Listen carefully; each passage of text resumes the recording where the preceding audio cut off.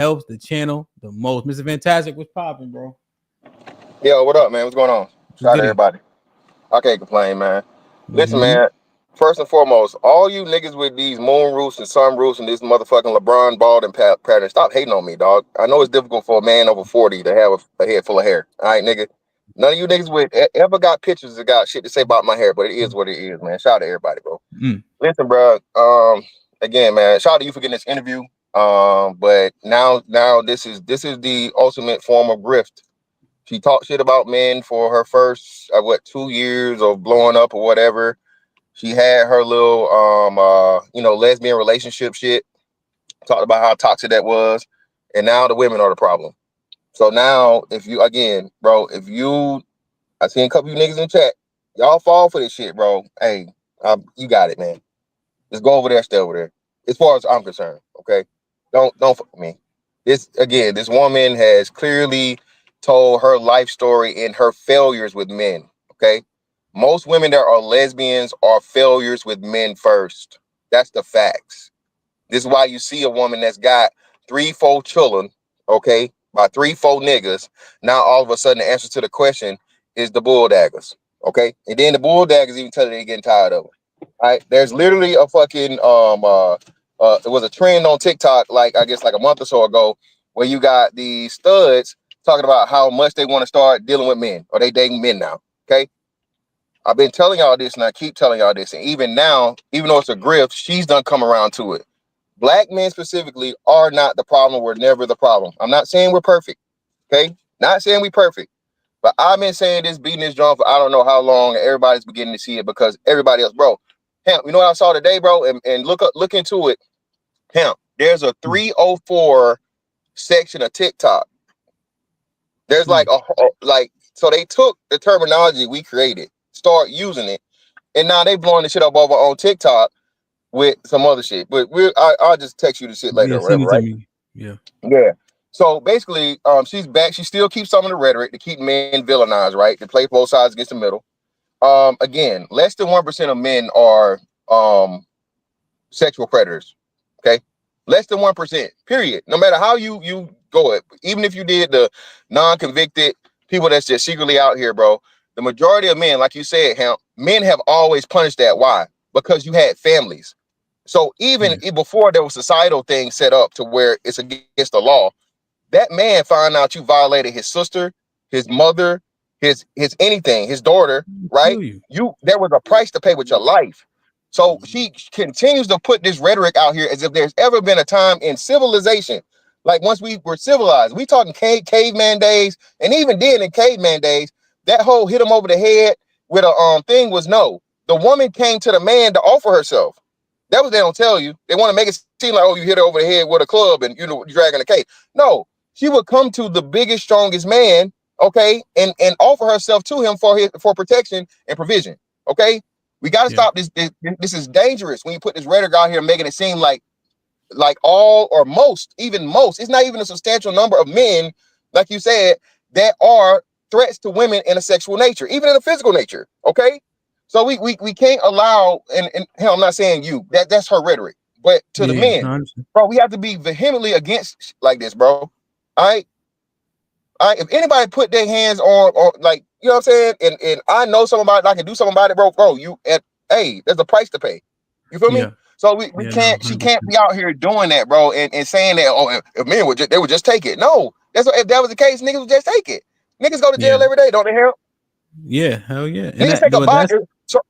My bad, go ahead. No, just saying that was the point earlier, right?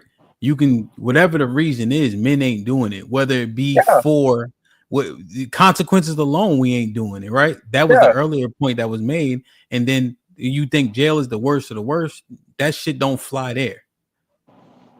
With the worst of the worst. Those are that jacket, you better keep it close to your chest if you got rape or molestation on you. Yeah, they find it in your paperwork, you out of there. If you live, like you survive, like you said. That's all I got, bro. No, damn, there was something you said.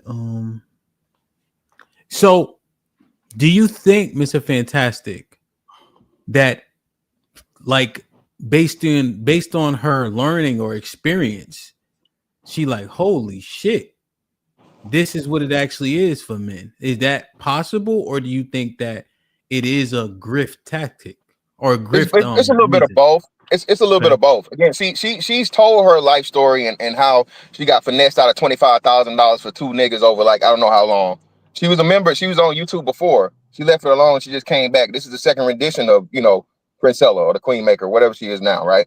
So this is her coming back around after her trials and tribulations and trying to find it in love. That's why she's so much against it, and she want to not talk about a relationship. Well, she can't talk about relationships because she just made herself a relationship guru with the hoes, with females, and that shit failed, right? So she couldn't get it right with niggas, right? And now she can't get it right with the hoes. So let's everybody just shut up about relationships. Don't nobody know what they talking about. Nobody knows nothing about relationships because she can't figure it out. And but if I got divorced, right, you're a failure. You failed in your marriage. Oh, you're a failure as a man because you couldn't maintain your marriage. Okay, well, this hoe can maintain a relationship, marriage, or a bulldagger motherfucking relationship. So what that make her? Do you agree with the seemingly, I guess for sake of conversation, just so we understand each other, the grift talking points? Which point of it? Which one? About the women, essentially, because that's like the new point, right? I think. Well, no. I'm not saying what that part. The grift is her flip flopping. The messenger is the grift. The message is true, but I don't know if how aware you are to her, bro. She just spent the last 2 to 3 years. Men ain't this, men ain't that. Comparing men to fucking bonobo monkeys. When again, that's one fucking thing of monkeys to where the women are the things, but then you have the most of them are male dominated. And to stupid people, the shit sounds smart. But anybody that's like basically read in anything of like primate activities and so on and so forth, bro, you can't use the exception as the rule, or the exception is this wonderful thing. The way things work the way they work for a reason. Okay. Mm-hmm. So what she did, and then she claims that men ain't this, men ain't that, but everything about her is a man. Even her thing, whatever laws of power, is based off of what? It's based off a man's fucking book. Yeah. Yeah, you know what I'm saying? Yeah, so all the philosophy, all the people she used, all the people she quote, she don't quote fucking Jane Goodall. She don't quote none of these fucking female psychologists and psychiatrists. All the shit she talk about is men. Everything she does is and then she has the fake persona and poor persona of what she thinks a man is. She had this thing where she was, cosplaying as a man, and even people said it to you in chat, bro. The chick she got off of YouTube, this bitch was throwing money on the screen like a trick. Damn, if I was to fucking get on YouTube and bring chicks up on my panel and be like, yeah, baby, come on over here, baby, we got money over here, and I pull out a wad of money and I start fanning through it, what they gonna say? Oh, lame ass trick ass nigga. But because she a woman, it's cool. She literally did this. This is on the net, bro. You can see it. And this is what she thinks men are. This hence why she could never make it work with a man. She has a very, very poor understanding of what men are, what men like, what men respect, what really makes a man attracted to a woman. And this is why she is what she is. Right? What about her? Okay, I understand that point. Because even like the incapable of love, right? But trying to love something that has a chaotic nature in itself, and one of the components of loving them is to understand it. But if something's so wishy-washy, how would you ever get a full understanding, right? That didn't make sense. So yes, if we had to qualify in these 5 facets, yes, I'll be incapable because one of the facets depend on the thing I'm trying to love. Exactly. So if that thing can't understand itself, how can I understand it? But what do you think about? Well, sorry, I just want to ask, what did you think about her understanding of women? Very, very poor. Again, so the first woman she has to understand is herself, right? Hence, for a while, like I said, she's changed her persona. Just if you look at her in her whole internet presence, just look at how many times she's pivoted, she's changed her personality, just internet wise. She started as like the conscious chick or whatever she was down with, like the conscious niggas, all this stuff and so on and so forth. And then she was pro black male positive. She's black male positive. Now she's anti-black male. Now she's anti-black woman. Well, not black woman, no woman, right? The women fucked up, right? So it's just like, baby. And I know, progression and evolution is a thing, but you can't evolve that many goddamn times. I don't think Pokemon get motherfucking 10 evolutions. I think they get 3. Yeah, that's what I'm saying. I don't think Pokemon get 10 of them things. You feel me? So So, and again, I still got respect for her because to a degree, she's not dumb, and that's what she's fairly intelligent. And like I said, I have a personal, history with her back on Facebook when she's doing the Facebook thing, right? So this is why it's a little perturbing to me because it's just like, come on, Shawty, come on, bro, you ain't got to go this far. But hey, for the mighty dollar, it is what it is. And ultimately, like I said, man, it proves the point I've been telling y'all forever. Men understand and care to understand and try to understand women a whole lot better than motherfucking women understand men. This is how it is. And we know that, we deal with it, and we do the shit we have to do, in spite of. Word. No, that's I gotta look. Yeah, that's a good synopsis of what you heard. Mr. Williams, what's popping? What's up, fellas? What's up, chat? How's everybody doing today? Good. This is man. Good show last night. Here, you and the missus, man. It was really awesome to see. No doubt. Also, I can see you a handful at home. But I mean, it's kind of like it's a double-edged sword, man, because we wanting women to actually learn us, and then when they do tell us, we shitting on them. And then when we trying to figure out the women, it's like nobody can win. I don't know what the hell we doing because we want. Are you speaking? Go ahead. Sorry. We want women to know us, and then when a woman, it was just like what Love Dorsey did. Men got upset when she was talking about understanding men, what men want from women, and now we still going at them. Is it the aesthetic for real? Is what I want to know, because even when they saying something that actually truly makes sense, we're pissed off. We're triggered. I've never in my life heard men being so fucking triggered. It's usually the women I heard this about, but we're triggered as men. It's just it's a little confusing. It's a little frustrating. So I'm just trying to soak it all in. But eventually, like I said a while ago, we need to show each other grace. So how are we going to understand each other? Is your sentiment being drawn from Mr. Fantastic's response? Not saying just his response. I mean, just me paying attention to everything she was saying. I don't agree with all, but she was making a lot of sense as well. When it came to us being men. Now the love thing we can always, I don't really, and some of the entity parts she was talking about is running us as humans and all of that. But overall, what's wrong with her reforming to get men? Now, I don't agree that every man is a rapist, but I'm not going to lie to you and sit and say I can leave my baby girl with a group of men, even in my family, by herself. What you mean? Your family? Just the fact of a man's nature. Which is what, though? You think a man's nature is to take advantage of women? Yes. Physically and sexually, like take advantage of them? Yes.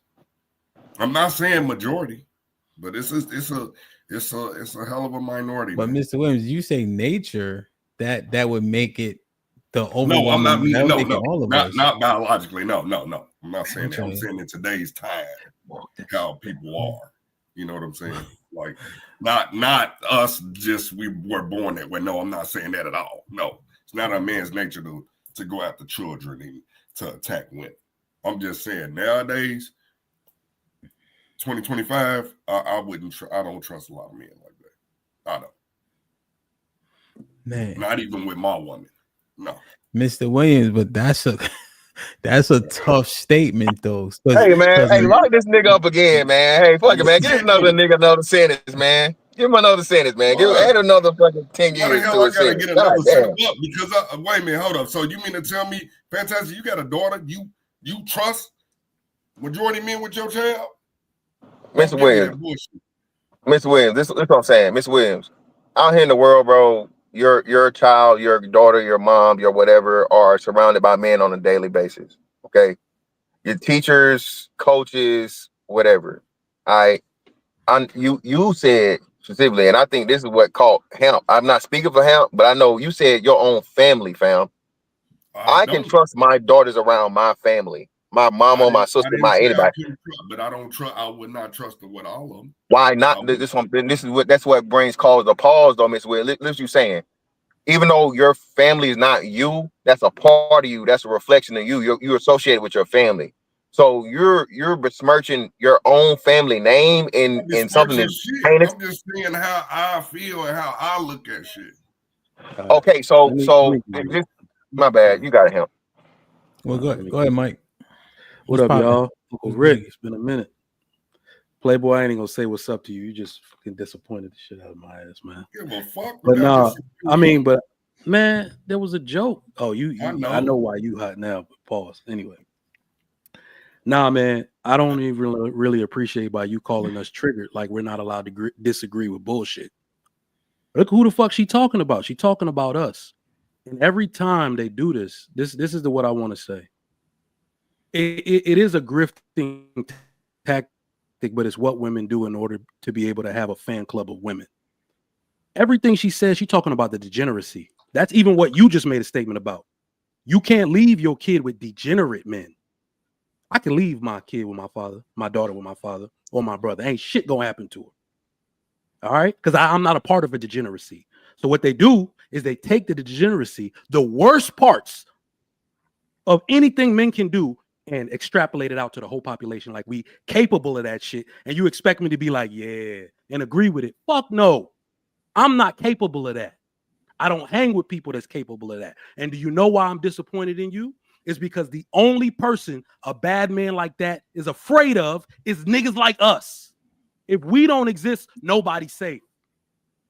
I don't even give them enough credence to act like they can do that shit in my presence. They a dead dog walking. So I'm not gonna sit here and act like, oh, I can't do this, I can't do that. That shit don't go down because we exist. I ain't seen it.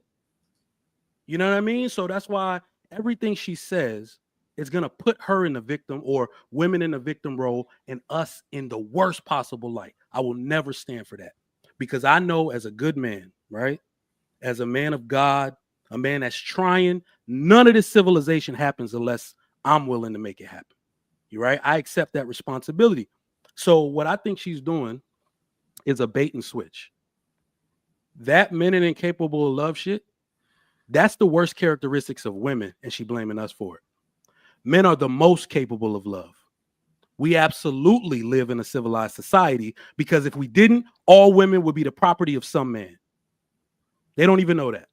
If we didn't live in a civilized society, all women would be the property of men, as it was in the olden days.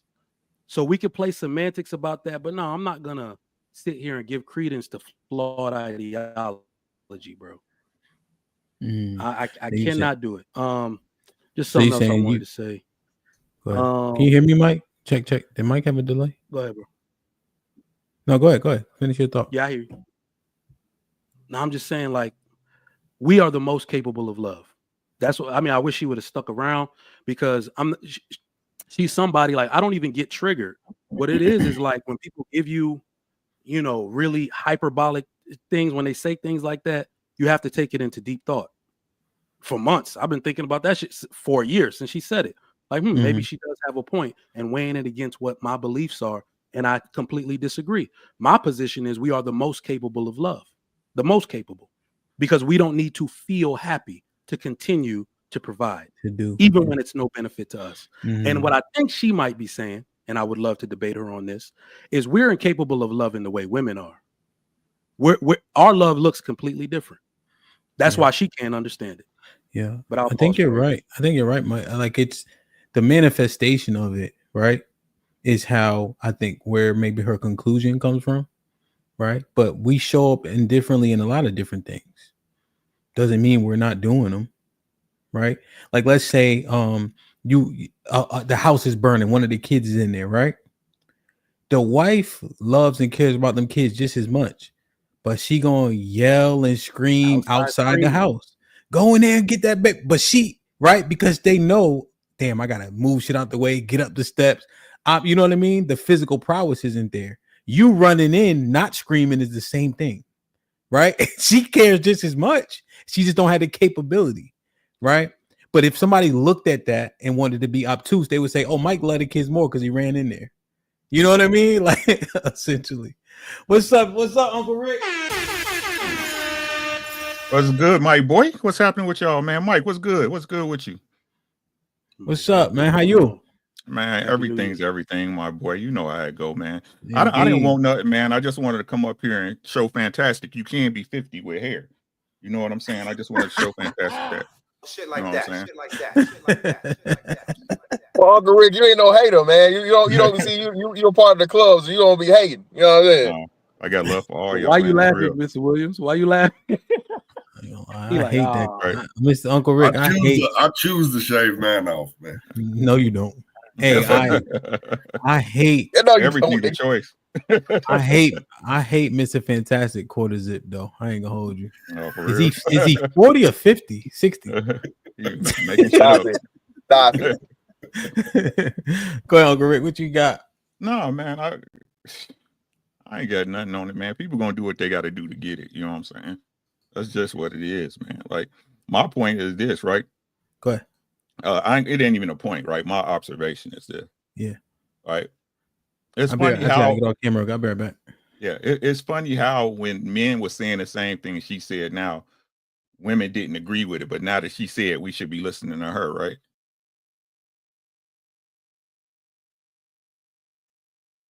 But now that she said, we should be listening to her and not critiquing her and being triggered, right? Exactly. All Uncle Rick been telling y'all is, ladies, y'all control the sexual marketplace. Ain't that what we was talking about the other day, Mr. Fantastic? Indeed. But whatever, y'all got it, bro. Y'all got it, bro. Like I said, y'all worry more about the messenger than the message. That's the facts. That's the lie y'all keep telling y'allself. Oh, it got to be delivered a certain. You got to like that person that's coming out their mouth. Because when Uncle Rick said, y'all all on his ass, right? Well, yeah, man. I think it's just the thing of, like you said, the messenger definitely matters. And then I guess whenever the message comes around, like I said, if you've been following her in this rendition of YouTube, bro, like I said, she's all over the place. And now she's just taking the shit we said and remixing it. And now it's a woman saying it.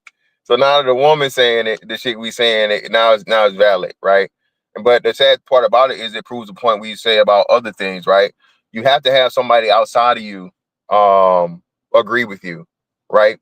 So until a woman comes along and says the things you said, oh, you niggas just whining, you just complaining, you just this, you just that.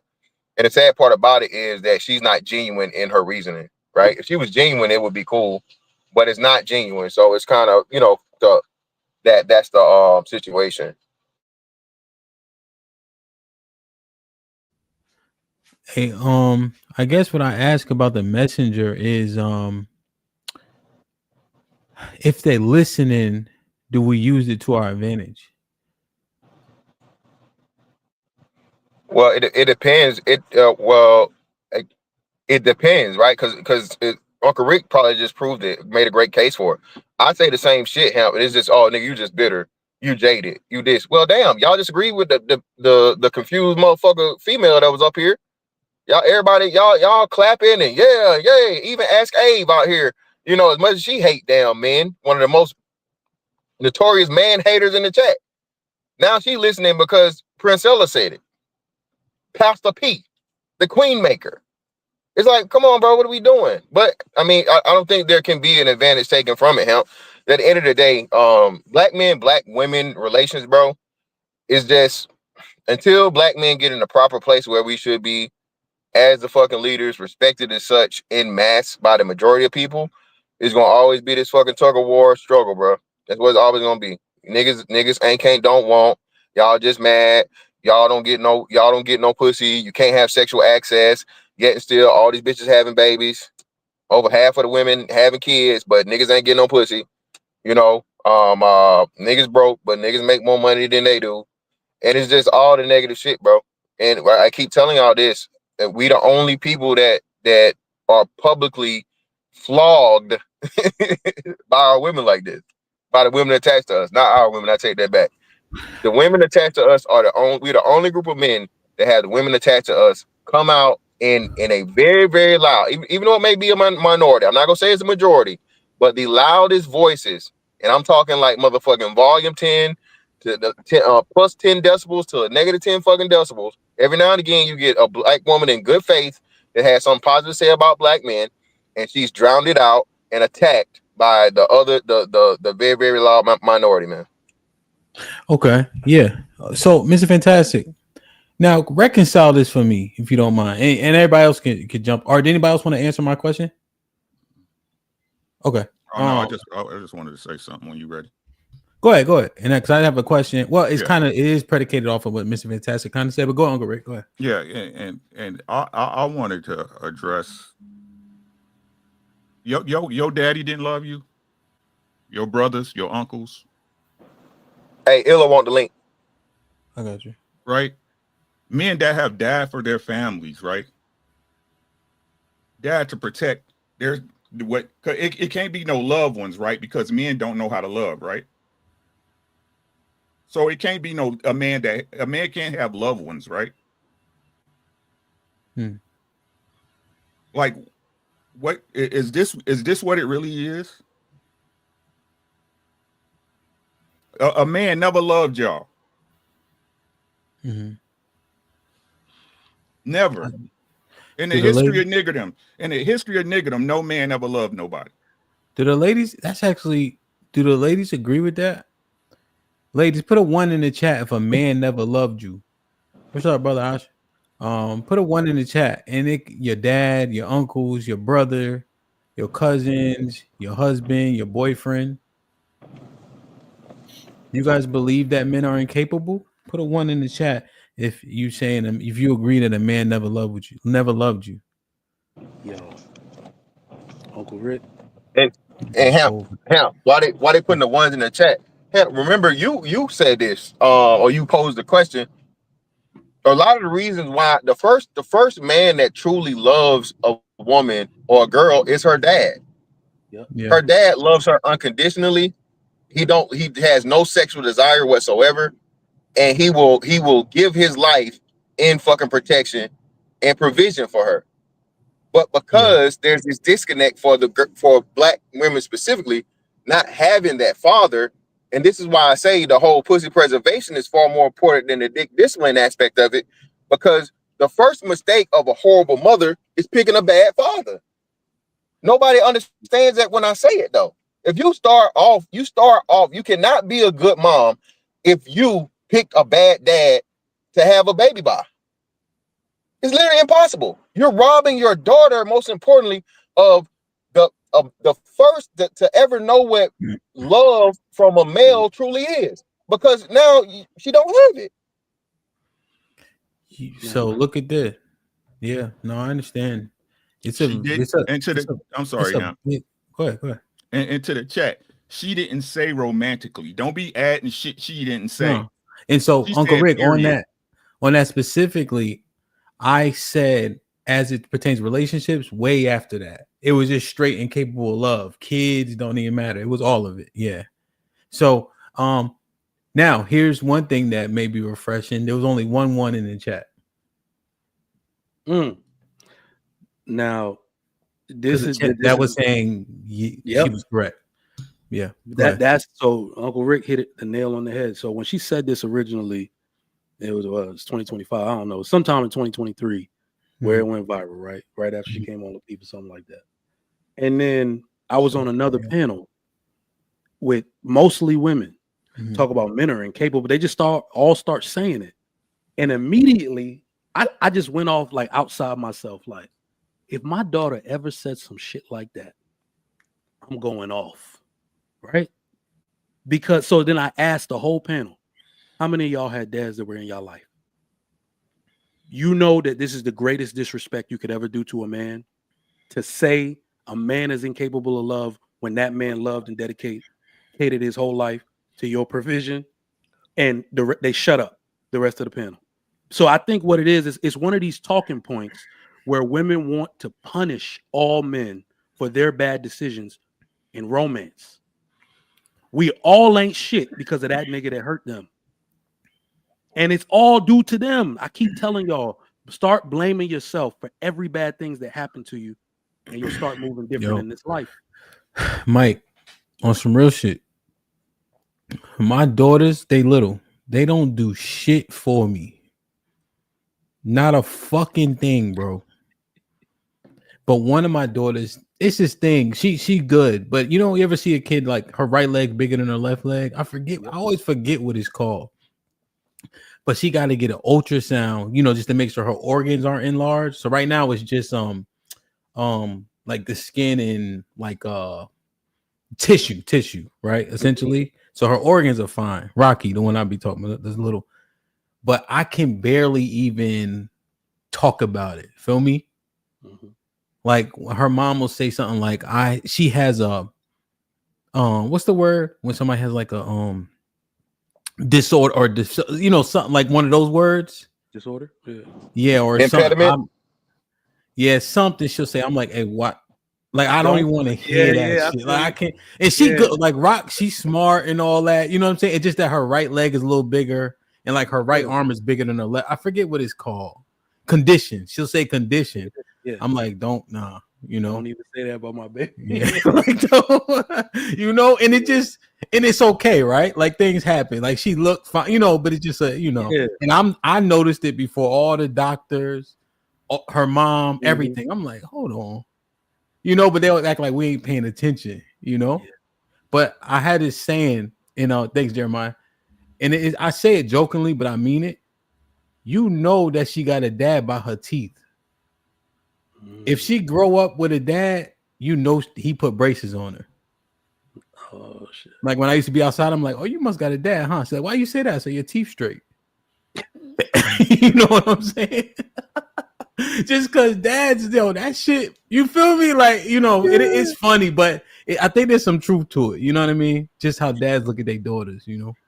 Yo, that's so crazy that you say that. Damn, that teeth thing is funny. Yeah, I know chicks that didn't get their teeth fixed. Braces ain't cheap, nigga. Usually dad got that good insurance, that dental, nigga. Mom only got health, nigga. Dental extra. She can't afford it. She don't really care about it. Give my baby these braces. You're gonna have here looking like Yeah. I gotta give my daughter braces. She got an overbite. So look, I was like, we're gonna get that like 9 years old. They're gonna be enough in the HSA for that. Let's do it. Hey Ella, soon you get on camera, I'll pull you up, good brother. But my bad. Did I interrupt what you was about to say? Nah. Now you say you had a question. That's funny. Yeah, I had a question. Yeah, about something I said. You said in reference to something that I said. Oh yeah. Damn, it was I can't remember that shit now, but it was for all of y'all too.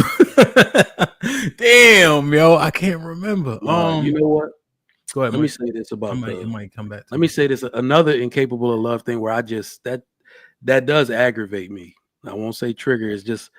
It's because when I try to explain to people the dynamic between like why fathers are in charge, why fathers need to be in charge. Mm-hmm. Have you ever seen the way a woman behaves when she's the safety net?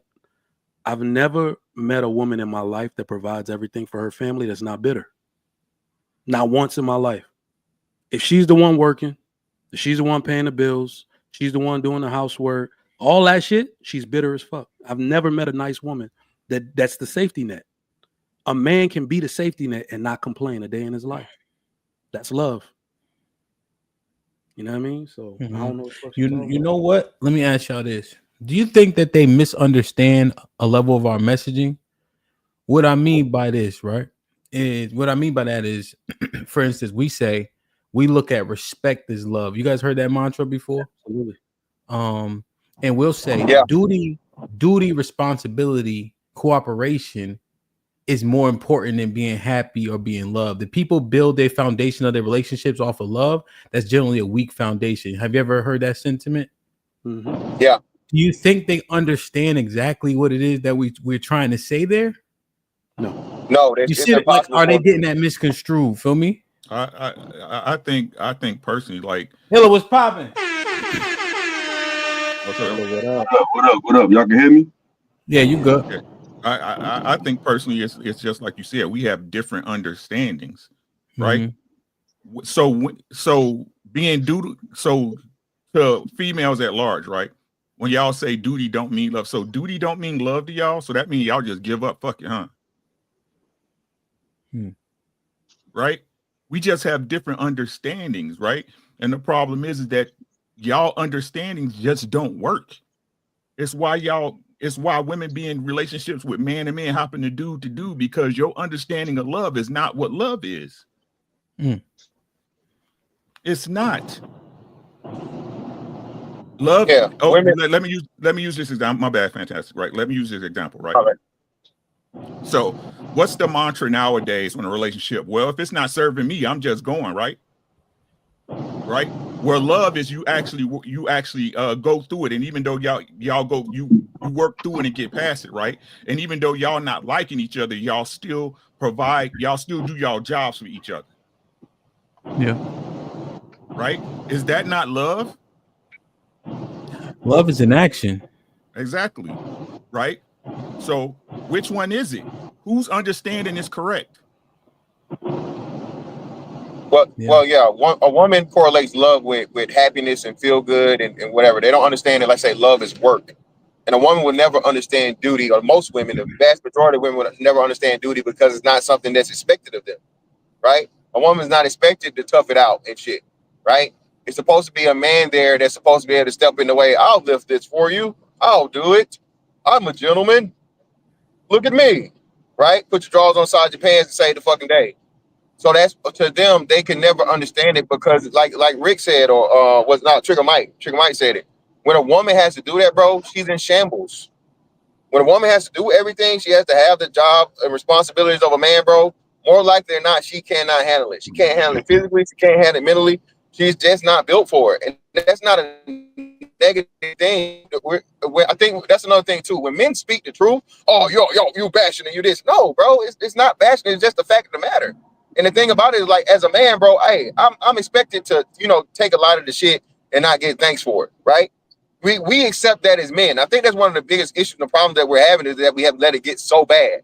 There's supposed to be a level of expectations of a man to where, hey, being a man is a thankless job, but it ain't supposed to be like, nigga, completely, totally thankless, goddamn it. And we let it get to that point, and I think this is why it's so bad to where it is, because men have just shut up and took it for so long. Word. Okay. Let me. I think Illa might be working right now. He in the truck. Illa, what's poppin'? Can you hear me? Yeah, I can hear you. Y'all can hear me? Yeah, it was goody. I want to get you good. I know you're probably running around and all that. Yeah, you just got a little delay, but go ahead. Yeah, man. Yeah, I'm out in the country. But yeah, a lot of y'all said a lot of things I was gonna say, and I think that this is not even about what makes sense at this point. It's not even about talking points. It's about power. It's about women that want to take the power from the voice of men. They don't want men to have an opinion. They want men to be their servants and be their slaves. This woman ain't said nothing that we haven't been saying for the longest. And the fact that took her a Chick-fil-A run to change her whole argument, as if men dealing with women for 10, 15, 20, 30 years, as if we didn't know what we was talking about. But it just took one little coffee stop for you to totally change your narrative. It's just bullshit. And I think when men speak about it and women speak about it, he broke up. Specific about talk about what Black women have done and the experience that we've had in our life. This woman bringing up a lot of women when they talk about men, they're talking about something in Iran. What the fuck does Iranian men dealing with 9-year-old girls got to do with the Black men and Black women in America and our social relationship dynamic?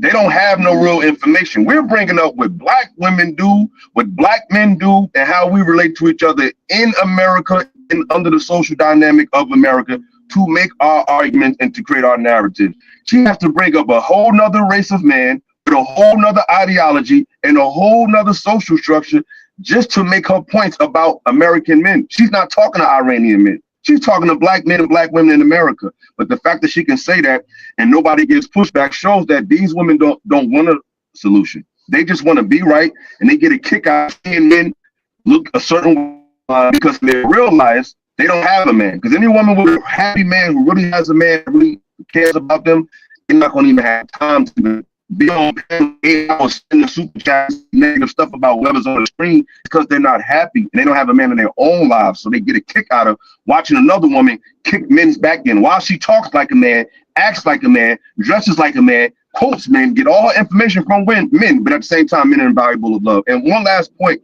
that you guys made, I just want to reiterate it. Women do not understand how men express things because our love don't look like women. See, everything about black women is looking at black men through the lens of a black woman post-feminist ideology. So if men don't add up to what she thinks a man is based on a woman's perspective, who's feminist is not man, is not masculine, which doesn't make sense at all. Men provide structures, men provide infrastructures, and they create things that benefit the whole. That's an act of love. If I'm working on your fucking sure the lights is going on, we're making sure technology is advanced to the point where women don't need through man. That's an act of love, whether that man is dating a woman or not. Everything about a man's reality is love, because most things that they're part of as far as the infrastructure of the world helps the many, not just himself. So everything about me, for the most part, is an act of love, but love is not just this emotional, sexual energy exchange. And that's what women try to define love as, because they only look at life, they only understand us through the lens of a woman, post-feminist at that. With that, I digress. No, I understand. Illy, you still there? Yeah. Okay, you're just breaking up, but I understood everything you were saying. There's a experience, right? Because you know how, like, generally speaking, they'll leverage the argument to be like, the things we're responsible for every day, we have to do them every day. The things that you guys are responsible for, it may never happen in a lifetime, or even like cutting the grass every 2 weeks, whatever the case is, right? Essentially, and what I mean by in a lifetime is a person may never break in your crib. You know what I mean? Like, you may never have to defend the house, right? And they generally don't understand it. We had that storm, the hurricane in Texas, our first one. So the house flooded and the fence down, trees is falling, all types of shit, right? So she upstairs with the kids. I'm doing like all this stuff. And for I don't want to say the first time, but one of the times she could say, "Oh, I see." You know what I mean? You can't pick nothing up. You can't rip the floor up. You can't drive in it. You know what I mean? Like, she was able to kind of get a glimpse of when we have to do it, we have to do it, you know? And I just noticed like there was a difference when all that shit was happening and I was handling it. I could see that she could see, oh, this is what they be referencing. You know what I'm saying? Just as like an example. The motherfucking truth was popping. What's good? What's going on, DJ Hemp? Fellas, what's up with you? Uncle Rick? Fantastic. How you? With y'all? I'm good, man. I just have a question, bro. If men are so incapable of loving, why y'all procreate with us? Why y'all deal with us at all, ever, at any time? Like, if we are so incapable of love, we're such the deviants and things like that. I just don't understand it. And it's like when the women are talking like that, they're really just telling on themselves. Because you say all men, but there's no way in this green earth that you've dealt with all men. So you're talking about all the men that you've given access to. And I don't feel like that's fair to the people that you've never met to give them or put their jacket on them. Yeah. I think I think majority of people do kind of predicate things off statistics and anecdotal experiences. People generally draw conclusions but the conclusion is an opinion, right? I guess. So what would on it? Because I think it's gonna be hard for people to deal with the majority of people. My bad, True. Can you hear me? Yeah, I can hear you. So what would give the sentiment credence? Like, how many people do you have to deal with to draw a conclusion, I guess? Yeah, that's what I'm saying. If all the people that you've dealt with is giving you this ideology or perpetuating this ideology, then it has to come a time where you got to check yourself. because everybody isn't like that. You know what I'm saying? Yeah. No, 100%. So, and I'm just thinking about what she said. So I'm giving it back so you can respond to it. Like as an example, remember her last point was, in order for people to grow, they need to look in the mirror. What you think about that part? In order for people to grow, they have to or look change or get better. What I forgot, sorry the word, but she was like, they need to look in the mirror first, if we want to get better as a community, essentially. I really don't understand that statement because, and maybe you can help me out with this. Sure. As men, as fathers, as husbands, yep, are we or are we not learning more about ourselves through their eyes or through their lens or through our experiences with them? So the reason why I say that is we can't just look at a mirror and look just back at ourselves alone and single and say that we're fixing something, because we don't really know what we're fixing. Yeah. You see No, what I'm 100%. saying? No, I got you. So one of the things I actually asked, Illa, you could jump right in, is I'm like, when women say they want something, generally speaking, the men tell the men, get more money, get in the gym, right? We tell men to do the things that women seemingly ask for. To your point, essentially, you know, whether or not we should, I don't know, but we tell them, hey, this is what they asking for, go do this. We don't tell them to stay broke. You know what I'm saying? Yeah, that's us listening to the market. You could jump in once he's done. Illa, go ahead, True. Go ahead. Yeah. But now, like Uncle Rick was saying, if the market dictates this, then we have to acquiesce to it to a certain extent. You know what I'm saying? And that's what we're saying. If the market is saying, hey, we need you men to make more money, then we're going to pass that message on to the men. You know what I'm saying? Best. Yeah. Right. Yeah. Okay. Go ahead. This the thing, man. Shout out to and I'm going to say this first. Shout out to the women who understand. Shout out to women who don't agree with everything we say, but at least understand where we try to come from. Shout out to women that are trying to meet us halfway.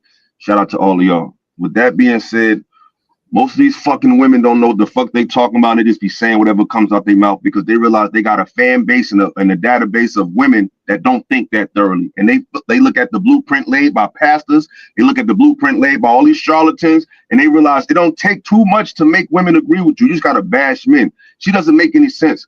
Why would we look in the mirror for a solution when, according to you, we're not capable of doing something? So if we're not capable of loving, looking in the mirror is not going to change something that you're not capable of doing. I can look in the mirror all day and I still ain't going to be able to fly because I'm not capable of doing it. So if we're not capable of loving, that's a conclusive statement. There is nothing to come after that, according to this woman's logic. So the question is, at some point, we got to realize that most people are not going to do their homework.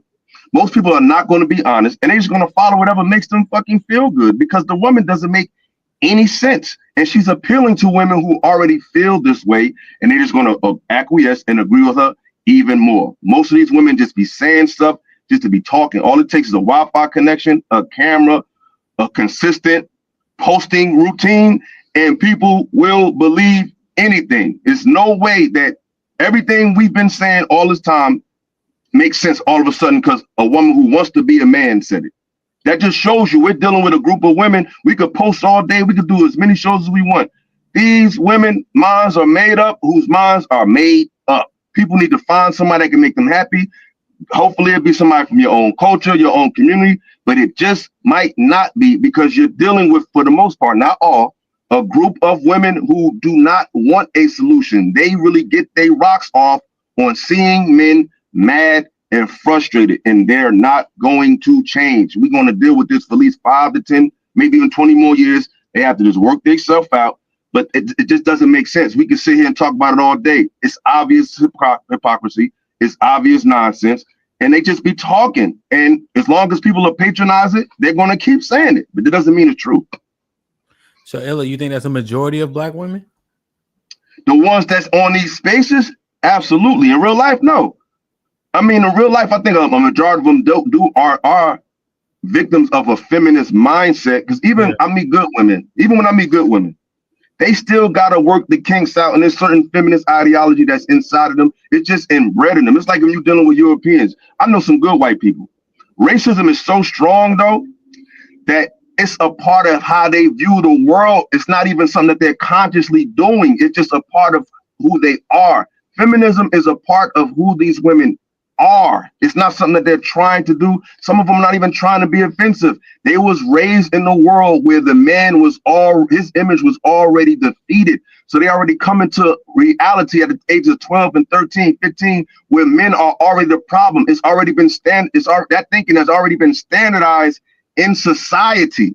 So you're dealing with, that's who they are. And that's why when they deal with us, it's not even about if you're a provider or not, because women change their mind whether you got money or not. It's not about none of that. It's not about meeting no needs. They don't even know what they want. They don't even know what makes them happy. They just know what makes them feel good. But what makes them feel good can vary.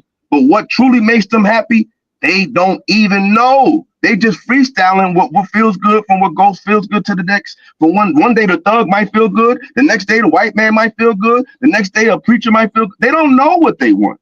And they are not compatible with the true essence of what a man is, because they are bred by mainstream society. The parameters of a lot of sisters thinking is a preacher man, a gender fluid man, their girlfriends, and pop culture. These are the four walls of their mind. So they don't know nothing about a regular, everyday, blue collar, no nonsense man is the boogeyman to them, because they were raised between a world, like I say often, of fear and fantasy. So when you're living a world between fear and fantasy, nothing is scarier than reality, as you can see with Exhibit A with this fool that just left the panel.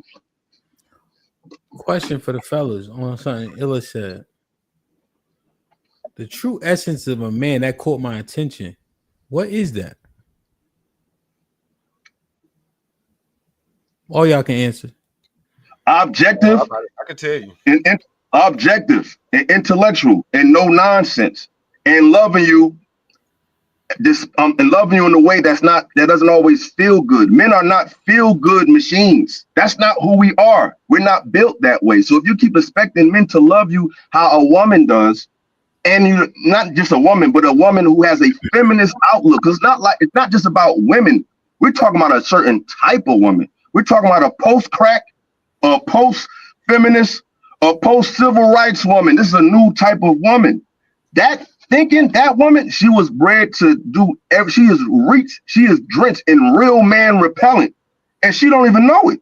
That's just who she is. We're dealing with what's inside of them. They don't even know who they are. They're not even fully functioning in their right mind. We're dealing with the avatar that was made for them that's in their mind. We haven't even got to the woman yet. I got you. I just remember a panel of niggas talking about told Illa why he reading books. That's wild. And that was a man said that. Yeah. That was a man that said that. I think the nature of men is exactly what we talk about when you break it down to the bare essence, right? Protection, provision, security, guidance, and I, like I said, I don't live by this pretense that men don't love women. I love my wife. I love her. I would die for her. Absolutely. I would die for her. Right? Now, it's sad that as a woman, you can't never find a man to feel that way about you. Right? That's the question that nobody want to address. Are you lovable as a woman? Are you? Because I'm a bitter ass man, and I'm a bitter ass OG, and I've been married for longer than a lot of y'all people on here been alive. It's crazy, right? Man. Like I said, men move it. Every man know you'll go broke taking care of your woman if you got to. You will go get 2 or 3, 4 jobs to make life comfortable for her. I don't hear no woman saying they're gonna do that for a man. I don't hear no woman saying they'll take a bullet for their man.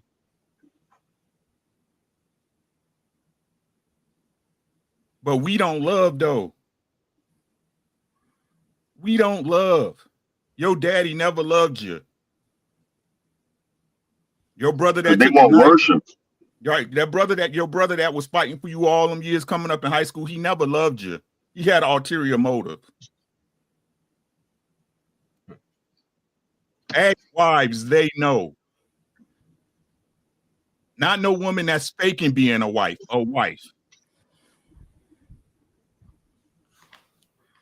It's crazy. But they want, because they want worship.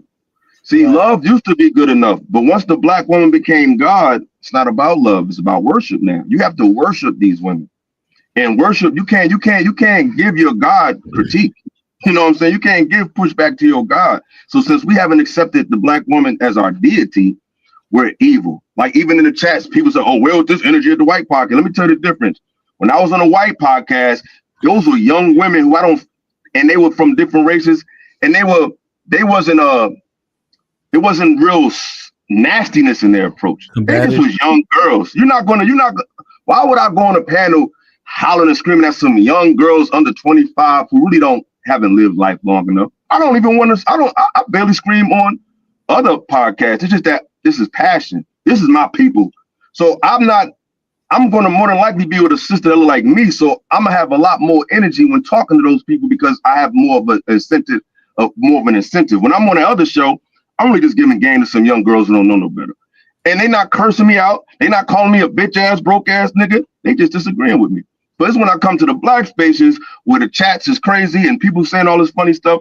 So it's like, listen, man, we love black women. If we didn't love them, we wouldn't even have this conversation. We're just like, hey, fuck them. Because regardless of what black women think, we can play that goofy ass game with y'all too. It's not that hard. It's not that hard to tell you what you want to hear and to get you in a compromising position, whether it be from your pocket, whether it be from your pants. It's not that hard to do, ladies. So if men are going out their way to just say, hey, listen, this is what it is. Can we meet y'all in the middle?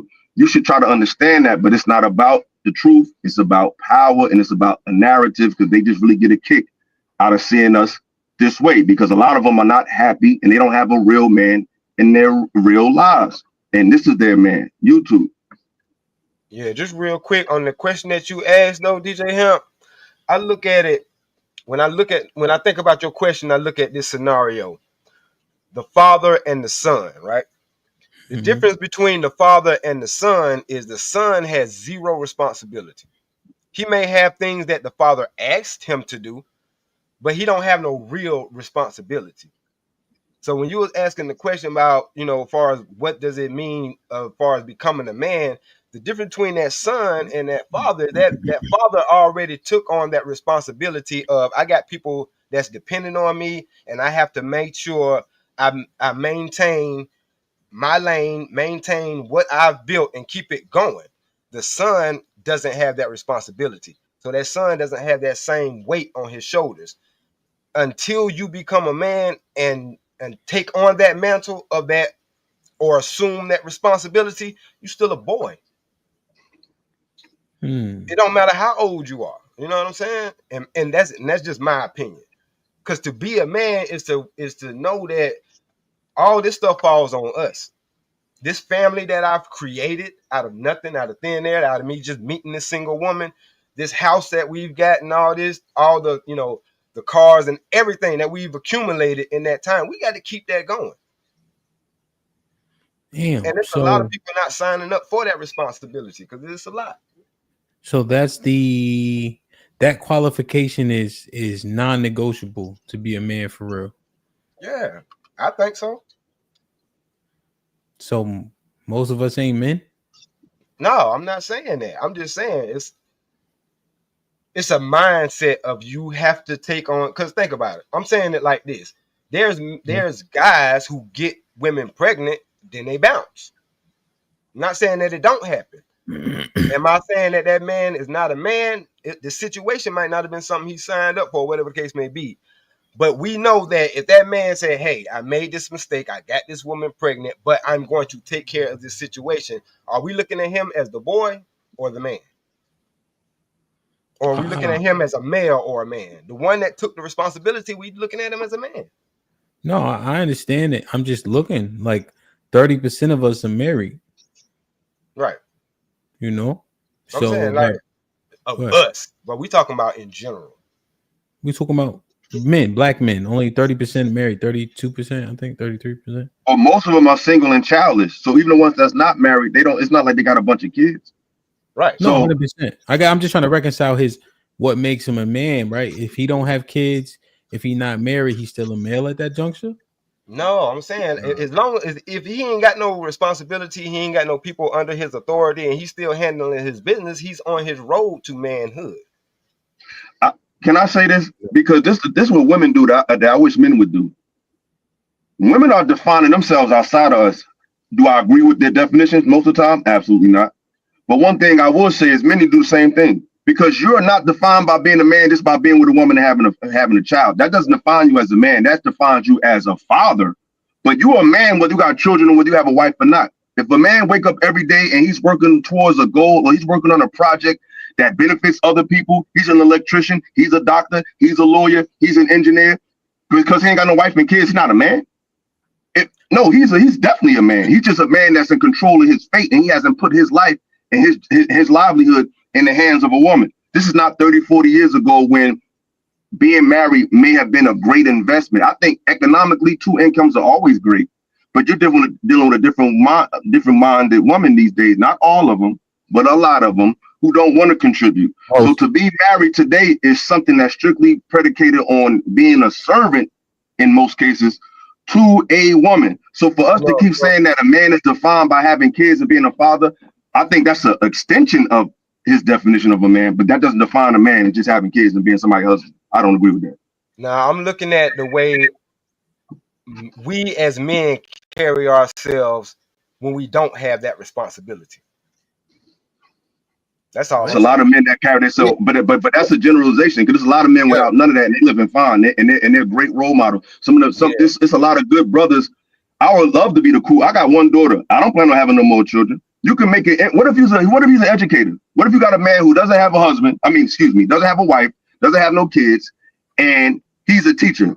He's probably impacted more children in his life than that person with one family and 3 kids. So a man is about impact, not necessarily attachment. And that's where our thinking is messed up, because what we are thinking like the women and aunties and sisters who raised us. So even in our masculinity, we're still trying to define our manhood based on the perspective of a woman. Women, yeah. No, and that's exactly not what I'm doing. You missed the point, but it's all right. Well, no, I'll say this to try. I guess I meet the two in the middle. So the thing where we got kind of mixed up, Stan White, and that's why I guess Hamp tried to make clarifying question. A man is a man well before he even gets in a relationship. That's you want to be a man before you get in a relationship, because therefore now you have stability. If you don't, now you're more apt to become subjected to what the woman wants you to do and who she makes you out to be than you creating yourself as a man first. So I understand what you're saying, but you can definitely be, and there are plenty of us that were men before we ever had a family, or children. I think my bad. Go ahead. Well, no, I was just going to say to your point, and I think the true point is men, generally speaking, have defining moments, right? Exactly. You know what I'm saying? And I think the family is definitely a defining moment, but there's moments that come before that, during that, after that, where a man can prove himself, exactly. in many different things. Like if I just take you, fucking retiring from the military, like that's a defining, kids are not, you know what I mean? Like regardless of that, you feel me? So I think there's plenty of defining moments in a man's life that continue to mold them 100%. But Truth, I understand, right? There's moments that could be bigger than others, right? I think is an overarching. I think I can understand that. Feel me? Let me get Poppy. Go ahead, Truth, and then we get Pop. Poppy was popping. Yeah, because I was just saying this is where I think the misunderstanding came in at. Sure. If you're a man and you said, like you said, you're on your purpose, you're doing your thing, even if you don't have a wife, you don't have a kids, you still accepted that responsibility of being a man out there taking care of your business and handling your business and doing your thing. You know what I'm saying? There's adults out here that don't do nothing. Like, let's keep it a stat. There's adult men out here that don't do anything. They ain't building nothing. They ain't creating nothing. And I'm not saying it has to be a family. I'm saying outside of that, even working a job or not, you know what I'm saying? Or whatever the case may be. We talking about, or I'm speaking on the ones who are the couch surfers, the son husbands, those type of guys. Even though they're adults, they haven't taken on no kind of mantle or responsibility. It don't have to be a woman. It don't have to be kids. Because like you said, a man is a man. He's going to operate as a man prior to that. Yeah, but that's we already know those dudes exist. Yeah, that's a vast minority of very very small minority of men. When you agree, though, that's what I'm saying. Just like so that's what I think.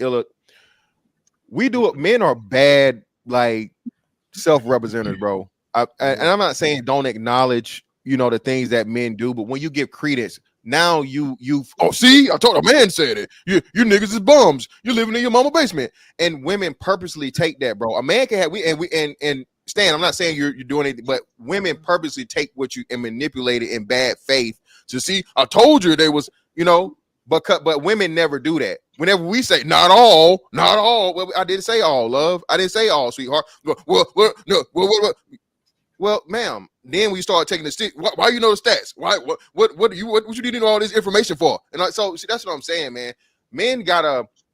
I'm sorry, man. I want to pick the right word. I don't want to say diabolical, but men gotta become a lot more stern, bro. Men gotta stop, making it comfortable for women in speech. Now, of course, I'm not talking about any type of, harm or none of that.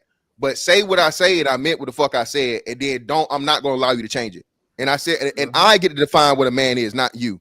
Hell, they telling you now that, you can have it don't make you gay if a woman does it to you, bitch, please. If you do anything to a man, you feel me? We ain't gonna turn into that. Yeah, but exactly. And that's the problem, because at the end of the day, we still trying to impress Big Mama.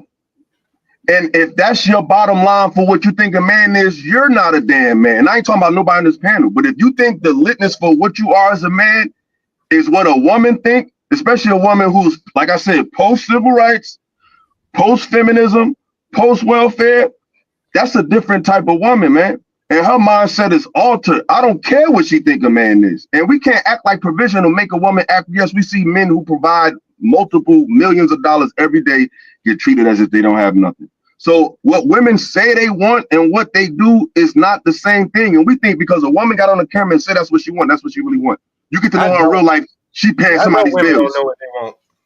And now, so if they don't know what they want, so if they don't know what they want, why are we defining ourselves based on what they say they want? That means we foolish. No, I define them on what like I said, that was my opinion. Yeah, that was him. But Illa, I think another thing too, and Mr. Fantastic, is we push back at a lot of like love we get and love we show. Like we suck at taking compliments too. I don't. I love them. You give me a comment, I'll take it. 100%. But you may be an outlier in that facet though, Illa, right? I think we all do. It's a difference between getting a compliment and knowing somebody trying to be funny. Nah, deadass. But we like them. But generally, niggas be feeling like, yo, what you like? We be modest about this shit. Feel me? And it's almost like it's easier. Go ahead. It's skepticism. It's not modest. We love compliments. We just don't be believing you, motherfuckers. It's like, are you complimenting me because you really appreciate me, or you want me to do something else for you? So I don't think men are not. We don't like compliments. We love it. We just not beat for it, and we're not going to let it blind us, because you could tell me a lot of things, but the ultimate compliment to a man is how you treat me. You could tell me I'm awesome and great and all of that, but embarrass me in public. You know what I'm saying? Yeah, so you compliment a man based your action, not your words. I could see it. Because niggas be like, what type of time you on? Type shit. So let me get Poppy. And Poppy, what's popping? Yo, can you hear me? Yes, sir. What's goody? Same shit different there. How you doing, man? Happy New Year's to everybody, bro. Good. Happy New Year, bro. What's goody? Yeah, I hope y'all get to the money, man. I hope y'all get all the hoes. I hope y'all get everything. Except Honey Pat Williams, man. That nigga ain't no playboy no more. That nigga is not a playboy. But yo, I see you have Manny Fresh over here earlier. Who that? Manny Fresh. You know who Manny Fresh is? Nah. Okay, cool. Mike don't look like Manny Fresh. Yo, I'm a believer that hunger, she just like to say anything, right? Just to get your niggas pissed the fuck off, bro. Absolutely. That's her only objective, bro. That's it, man. And because I gotta give her this much. At least she understands how this internet shit works, right? She understands that if she say the most wildest shit ever, a lot of people gonna react to her. A lot of people gonna call her to do the interview shit. You know what I mean? So, which that's gonna bring more eyes to her, and and she don't even believe the bullshit that she be talking about. You know what I mean? She's saying that because she understands that most of these people is dumb as fuck, right? It's easy to trick them. It's very easy to trick them. And as long as they talking mad shit about niggas, they're gonna go for it. Some of them hoes is married. Some of them hoes got boyfriends for like 3, 5, 7 years. They still gonna listen to her because it sounds cool. It's entertaining to them, bro. I'm not even mad at that hoe, man. I'm mad at the bitches that listen to her. That is how it is, bro. It's all entertaining for a paycheck. So, Poppy, what do you think about her I guess most current sentiments though, that seemingly paint women in a negative light? How are they consuming that content? She was forced to say that, because what happened with her dyke hunger, you know what I mean, with her dyke girlfriend, right? So at that point, she had no choice but to kind of say, well, bitches are fucked up too. So she was forced to say that, which makes it even look worse.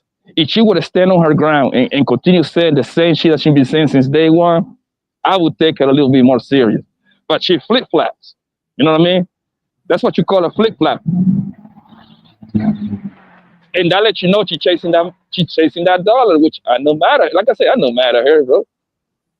No, 100%. I guess what I'm just inquiring about is if her audience wanted her to speak negatively against men, and then the new rhetoric, regardless if it's based on her experience, understood.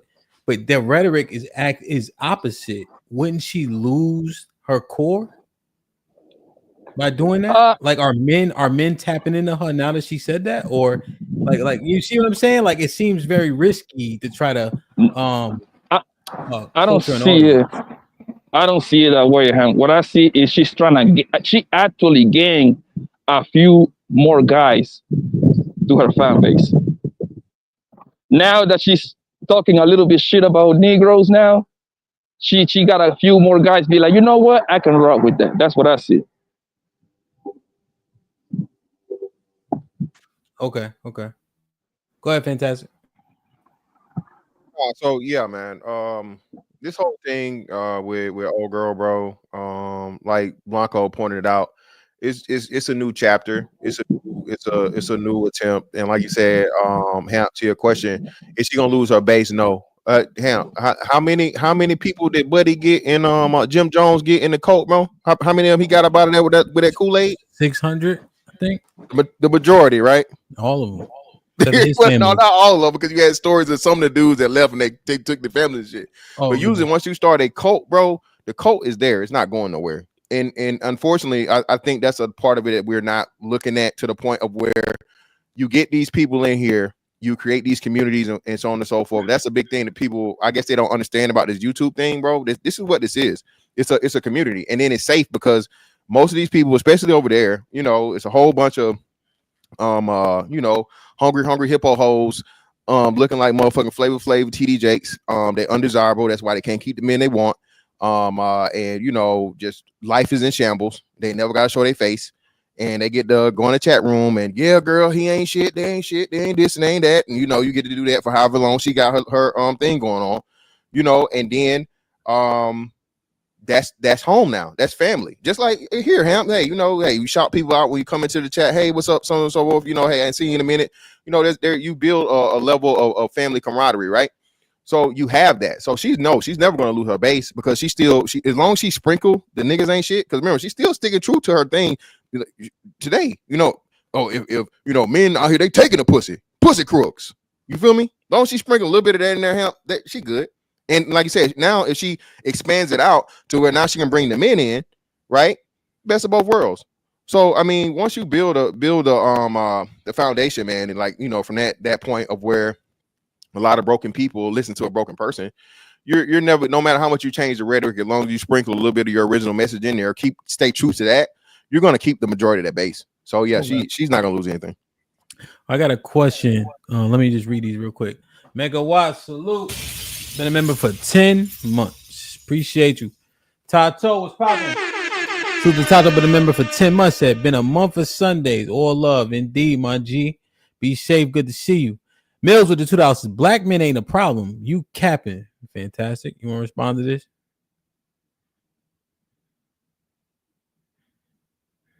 You on mute. Yeah, my bad. Mills is one of these niggas that's been stalking me around the internet for like my last 4 years. He can never afford anything more than $2 to $5 on Super Chat. So listen, bro. I don't even know what that is. Is that a fucking goatee or a beard tee? I don't know what that is, brother. Straighten your facial hair up and then come back to us and pay more than $2 next time. Perfect. John Henry was popping with a 20 ball. Says in the very beginning, Princella was all about her femininity. Then one day she was a lesbian. The consistency with Princella was her poor choices. Even though kids, who? Yeah, salute to them niggas. As Ava the $5 says, you black men keep saying you must have sex. You love sex. You can't do without it. Y'all big up sex as the main thing to the world. Aaron with the $2 says, Princella, the Black Margaret singer. Maurice Clark with the $5 says, they always make it sound as if the majority of men are sexual predators towards women and children. Aaron with the $2 says, OG Williams, don't violate your probation now. LOL. Matt, salute with the remove. Sway, what up though with the $2 says, Simp Williams lifts. You don't know this lady. Sit down. Lord Jefferson with the $2.79 in Canadian says 6th grade comprehension right here. Shaking my head. Vet Life was popping. He said, what up, Ham? What's goody? Great show with you and the missus, fam. Mr. Williams, why, nigga? Why? Why you do this? Even the majority of the women in the chat says she full of shit. You make us fellas want to throw up. You want to respond to this, Mr. Williams? For one, I didn't say I agreed with everything she said. All I was saying was be objective instead of just getting offended. That's all I got to say. And with the $2 says, why we act like women don't essay boys and girls? As Ava the $10 says, Maurice Clark, why do black men talk as though they cannot do without sex? That's all they want. Big, what's it? I don't know. You men say that, then get upset when people see them that way. Mr. Williams is right. What was that? Big booty? She meant to say big booty. I guess so. As Ava the $5 says, stats say most times it is an uncle who does it. Y'all know that. Y'all keep saying you don't have discipline. Many kids been done by a quote unquote good guy. Mills with the $2 says, Trigger Mike always blaming women. Shaking my head. Mills with the $2 says, Trigger Mike, do you hate black women? Lord Jefferson with the $2.79 Canadian says, love versus in love, two different things. 100. Ayo with the $5 says, Mr. Williams come from the same part of town as her. That's why he agrees. Meanwhile, up on the panel looking like the uncle who touched. You bugging. Man, you gotta be fucked up. Yeah, you wilding. My nigga, you wilding. I denounced that, Ayo. You bugging. John Henry with the $10 says, it's not the men that men are capable of love.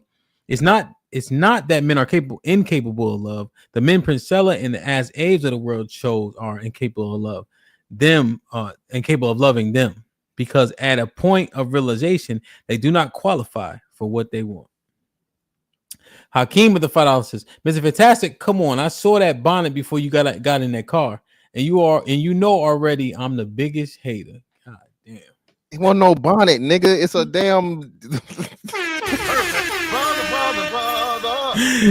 Junior Shalom with the 20 bosses. Williams is just here to push a logical narrative. His name should stay Simp Williams until he is reformed. He jumped on Sharon's train and lost his mind.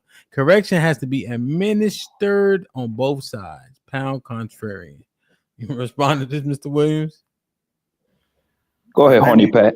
And they really need to let that go. I'm gonna stand on what I've been standing on. I want us to build a relationship between black men and black women. I'm not gonna go and disrespect all the black women and call them out of their name. Let it go. Jim with the $5 says Princella been saying this since Facebook back in 2015-16. This is when I first heard of her. She not stealing talking points. This been her. TBE with the $2 says it's all lesbian babble. Who cares? El Castigador with the $5. What's poppin' says, why are we listening to an internal misogynist? She obviously does not like herself. Bag wigs, no eyebrows, excessive makeup. She hates herself. I'll pass. Black King. Shit like that. Perfect. Appreciate you, my G. Hope all is well, bro. Sophisticated jerk with the $10. Men have civilized the world so much that women can now come up with dumb definitions of love. John Henry with the $10 says, him. There's no misconstrue of a man's love. This conversation had been had 10 times on your show since I joined back in February 2023. Men are assumed incapable because of the poor choices she made. Hakeem with the $5 says, Uncle Rick, you're not my father, are you? You look just like his old mugshots. Jeez. Who your mommy is? Maybe. Maybe. Jefferson with the 7 Canadian said, she talked about laws that determine. Question: Who made these laws and who's executing them? The world ain't as savage as she thinks. HQ with the $5 says, most people express love differently. Men don't have the moral high ground.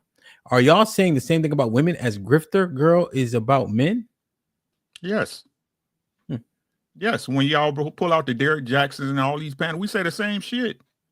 Yeah, we call the men out all the time. We the first one that told y'all. I told y'all Derek Jackson was fucking them hoes.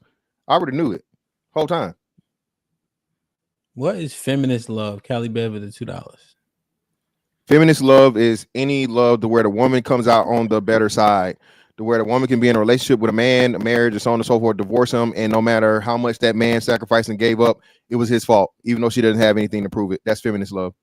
Feminist love is an oxymoron. As Ava the $5 says, talk is cheap. Who has chosen to die for anyone when you can't even take a criticism like I'm gonna get you later without divorcing or walking out? I don't get it. Yeah, as Abe with the $5 says, when y'all see white women yelling, y'all call it passion. This is why I say what I say. Listen at how y'all talk. It's nasty. Sounds like losers. Yet you're always here. Yeah, well, thank you for the $5. So it's all good. They Ron with the $2 says, she going in on y'all on TikTok live. Yeah, and she pussy. Listen, she will go in and she will do this shit. Like I said, Princella don't want no real fucking smoke. She does not want to be challenged. She only go talk to motherfucking people when they don't push back against her bullshit. This shit is elementary, bro. Get her out of here. She weak as fuck. As she can't even keep a hoe. As Ava the $5 says, why are black men so mean towards black women? It's hurtful. I don't talk about black men in a bad way. I say it's nasty way black men talk about black women, period. And yet you're still here. But the thing is, like today specifically, nobody said nothing crazy. It was literally about ideology and how people process information. It's the views of the world from amongst the sexes. That's what I'm talking about. Like Illa didn't say nothing. I ain't hear really, you know what I'm saying? He just saying we have a severe misunderstanding. We put things in front of each other or on a pedestal, and that's the reason why we divided. That's what I've been hearing. It's not. It's again. They just don't like it because it's true. That's the truth. Like we keep using these excuses. Oh, you don't present it that way. Oh, you don't say it the right way. Oh, it's because y'all mean. No, you just don't want to hear the truth, right? And like, and this is what I meant earlier. But when you hear the truth for somebody you like, then all of a sudden it's all gravy. Mm-hmm. But you know what the problem is, Rick? Oh, go ahead, bro. You guys are incapable of love, bro. That's what it is. Man. I know, bro. I know, man. All right, let me get these last out here, my guy. HQ. but just real quick before you do that, Hemp, my thing is I only got three. HQ with the $5 says, I agree with Illa. Yep, I'm not just defined by having children and being a wife. As A with the $2 says, you guys are saying the same thing as Princella. As A with the $5 says, that's how most black men get their numbers up. They say crazy stuff. And she got some names in the title. Like, share, subscribe, tell a friend to tell a friend. Hit that like button right now if you can. That helps the channel the most. Go ahead, Stan. They don't specify what black women we talking about. And they sure don't specify the black men that are talking about the specific black women that they're talking about. I don't personally know any of y'all fellas' wives, right? So if I'm talking about women, how am I talking about y'all wives? That's y'all to do. You see what I'm saying? We can't the women that we are critiquing are the women that we see out here operating in the ways that we're talking about that deserve the critique. We ain't talking about, I ain't talking about DJ Hamp wife when I'm talking about these women. I'm not talking about Uncle Rick old lady when I'm talking about these women. So it's a crazy thing that y'all want us to leave, but then we can't say shit. Don't talk about our bad behavior because now y'all bashing us. It's ridiculous, bro. And somebody in the chat said, then explain marriage dropping because the juice isn't worth the squeeze. So if we control marriage and y'all see it going down, that means there's the perception of the men are that there are not women worth marrying, right?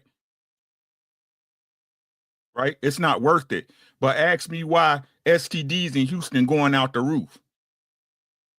Because women control sex, right? Y'all control access to sex, right?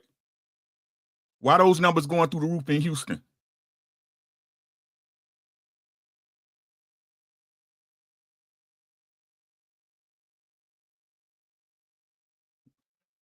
We need that cricket sound.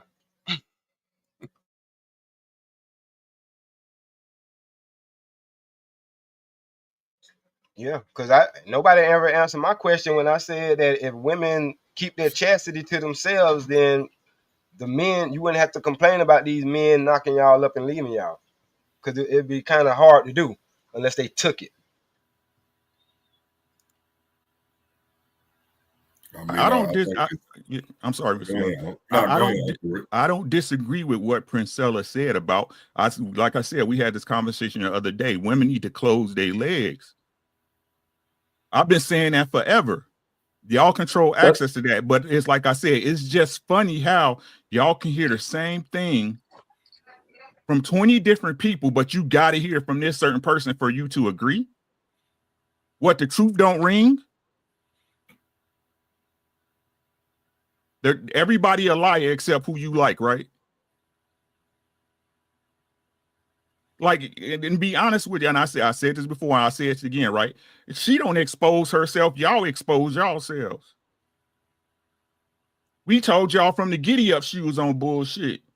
It works for her. I ain't mad. Get your money, boo-boo. Get your money. It's a sucker born every minute and 2 on Sunday. Get your money. But the truth don't make sense no matter who you hear it from. All right.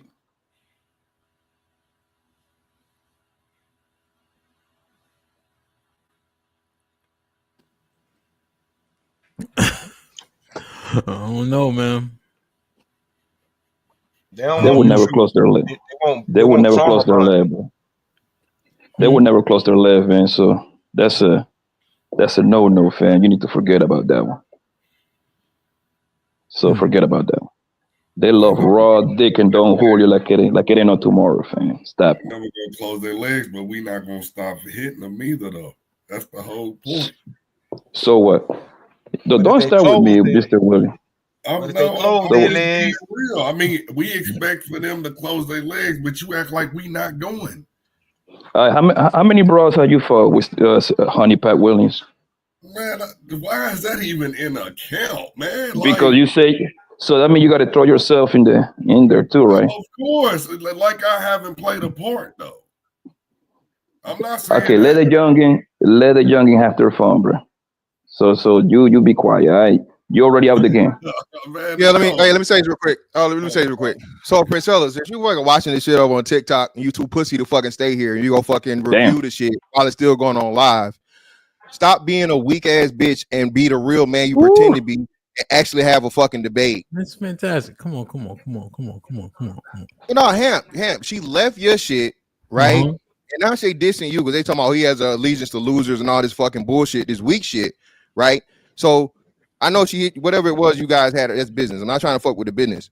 But bitch, if that's what it is, leave it as what it is and don't motherfucking run from the smoke. Yeah, I mean, because well, you know, generally speaking, right? You know how I conduct the interviews and how I conduct myself. Regardless if I disagree, I ask clarifying questions to give y'all the information. No, you're not a debater. I understand that you're not a debater. You feel me? And that's why she picks her poison and she picks the people that is anybody that's ever challenged her, bro. She got destroyed. Yeah, every time. Yeah, because what I'm doing is literally interviewing it, right? Especially because I'm not as privy to a lot of it, and so when it's coming out, you guys, we can hear when things don't make sense. We can hear if there's a contradiction and things of that nature. So oftentimes I like that they're clarifying questions so we can get all the information. You know what I'm saying? Like I say, your point is to have. You did a great interview, bro. Like I say, ask questions and so on and so forth. But my whole thing is, and the only reason I'm saying because niggas said it in the chat. We didn't know this. We hear, but somebody fucking put it in the chat. I think they put it in the super chat or some shit, or they said something about it. So that's the only reason we even aware. No, 100%. Weak ass shit. That shit weak. Be a man, bitch, like you pretend to be. No, 100%. I just because like let's say they over there. Let's say they over there like dragging up, and I haven't looked, right? People do what they did. You know what I mean? They should have just stayed, right? But I ain't stooping down to that shit. No, it's cool. It's cool. You feel me? That's me. That's on me. That's on me. You know. Cause they wanted if it was smoky, they could have stayed here if they wanted it smoky. Nah, she don't ever want no smoke, bro. Again, this is a person that portrays to be a man, but never fucking be on man shit, right? And now it's the niggas the problem again. So look at this now. The men, it's the women, but now she run to the women and talk shit about the men, right? They disagree with her shit about the men. You feel me? So that's why I told you, this shit's a grift. It's a play to both sides of against the middle or whatever. Try to get whatever you can get because at the end of the day, bro. The real loser is the bitch can't maintain a relationship with a man or a woman. All right. I ain't never been no brother fucker. Don't plan on being one. So at least the best I can feel at is just dealing with a woman. Bitch, you done failed on both sides. So I'm just saying. That's the person you're gonna listen to about advice and anything to do with human and the human fucking factor and all these different things. It's crazy to me how all these people that got this shit figured out can't never seem to figure it out for themselves. It's just wild. But that might be too much for a lot of people. That's my problem. They don't have the results. They don't have the results, but they got the biggest mouth. It's wild to me. You shouldn't pay attention, fantastic, man. Let it fly, man. I don't listen to ugly bitches, my nigga. They're like 80% niggas to me, so let it fly, though. Yeah, no, 100%. I agree with a lot of the stuff she says now, but like I said, it's not nothing we ain't told y'all as men before. It's not nothing we ain't told y'all as men before. It's all about who y'all want to hear it from. Y'all can't stand the truth, bro. I'm just being honest with y'all. And Mr. Williams, right? Can we discuss something, man? I'm so sick of this goddamn argument, man. What's that? Like, would there be pussy if there was no pussy to get, bro? No. Why? So answer me this, right? Yeah. So is it that men are expected to be in a higher nature than women? Is that the case? I think the expectation's always been high for us being men. Right. So at that point, if that's the case and we all have that understanding, does that mean there's a hierarchy of things? Yes. So who's out of order then? The women.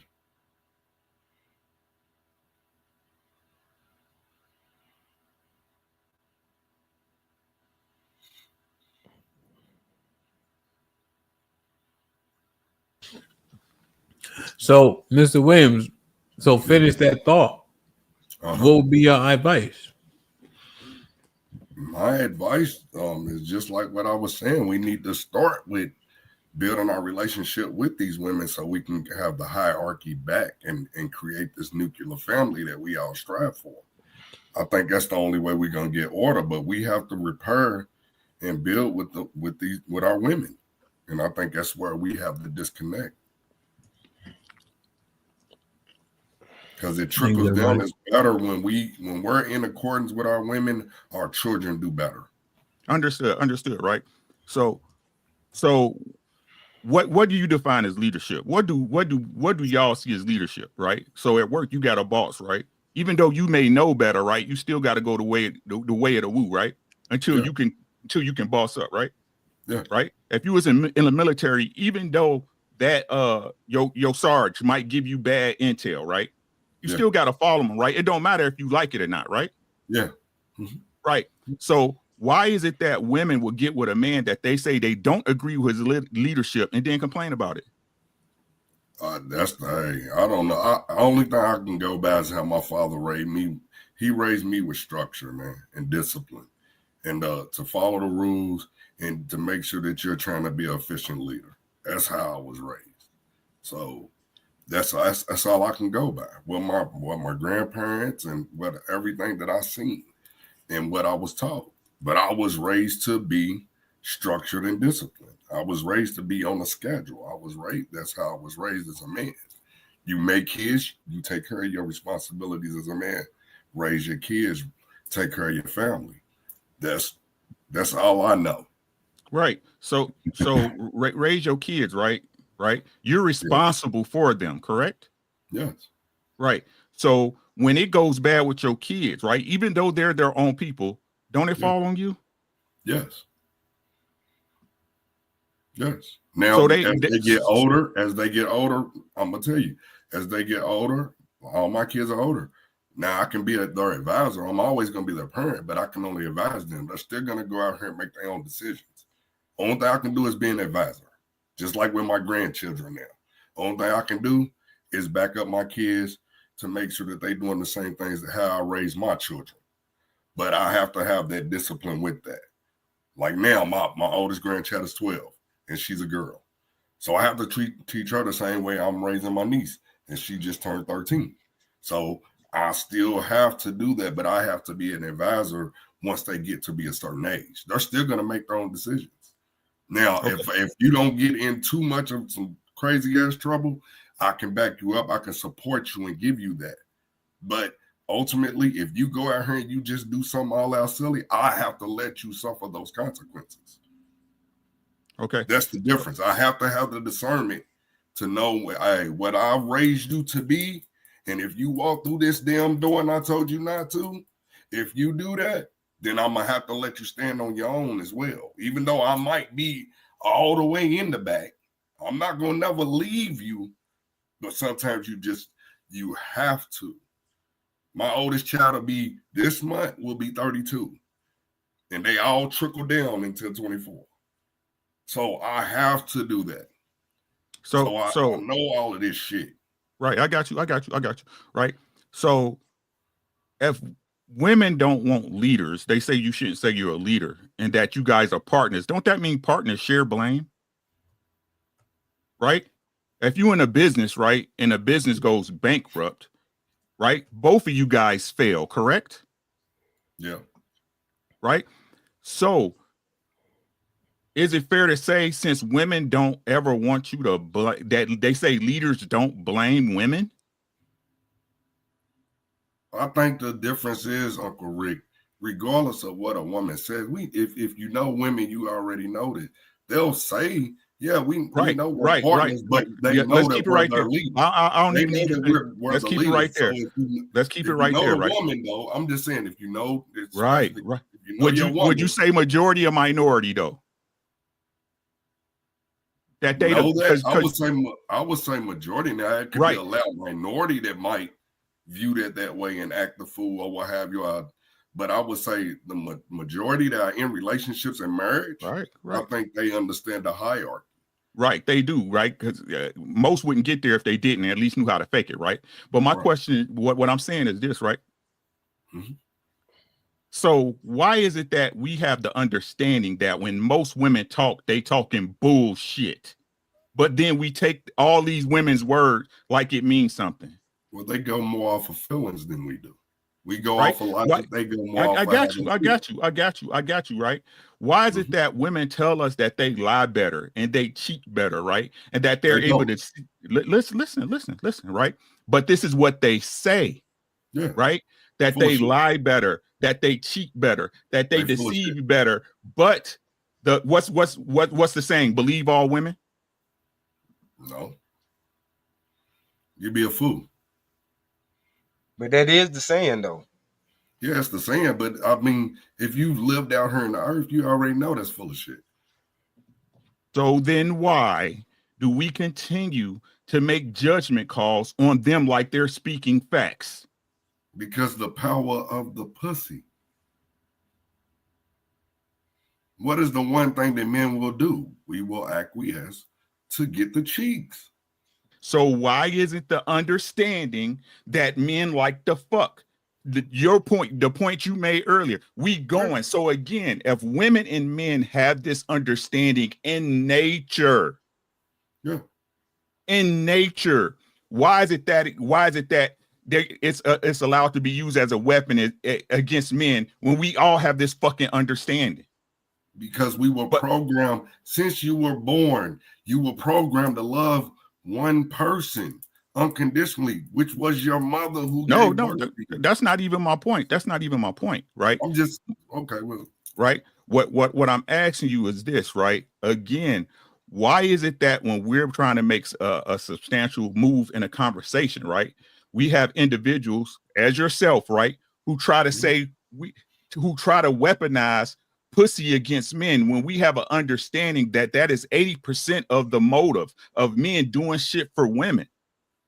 You see what I'm saying? Why is it so? Why is this even an argument, right? When women say, "Oh, you should control it." If it wasn't no pussy to get, wouldn't be no need for no dick discipline. True, but that's why I made majority of my mistakes is with women getting pussy. I mean, hey, that's just human behavior, and that's just exactly. It's human behavior. Yes. So why is it so easy to be weaponized, right? It's the same way we sit up here and discuss with DJ Ham. People like, hey man, I got a $2,000 coat rack. Yeah. You know, when you got a girl, she gonna hit your pockets. Facts. Yeah. We don't weaponize. It's part of the game. It is what it is, right? So why is it then we try to sit up there and try to degrade a man for saying he like fucking? Most men like fucking. I'm not degrading a man for that. Yeah, I think Uncle Rick, I think the concern is that they're able to leverage something that is natural. Could it be because we come off as insatiable and therefore it's weaponized? I don't even think it's that, right? I think it's like honestly what Mr. Wim said, it's the programming of it, right? It's the programming of it. But I just think it takes away from the cause and effect of things. That's what no one ever wants to address, right? The cause and effect. No, everybody understands why a woman might get divorced or she might leave her man and destroy the family, right? They can understand that, but they never understand the cause and effect of women against men or women's actions or things they allow with men, right?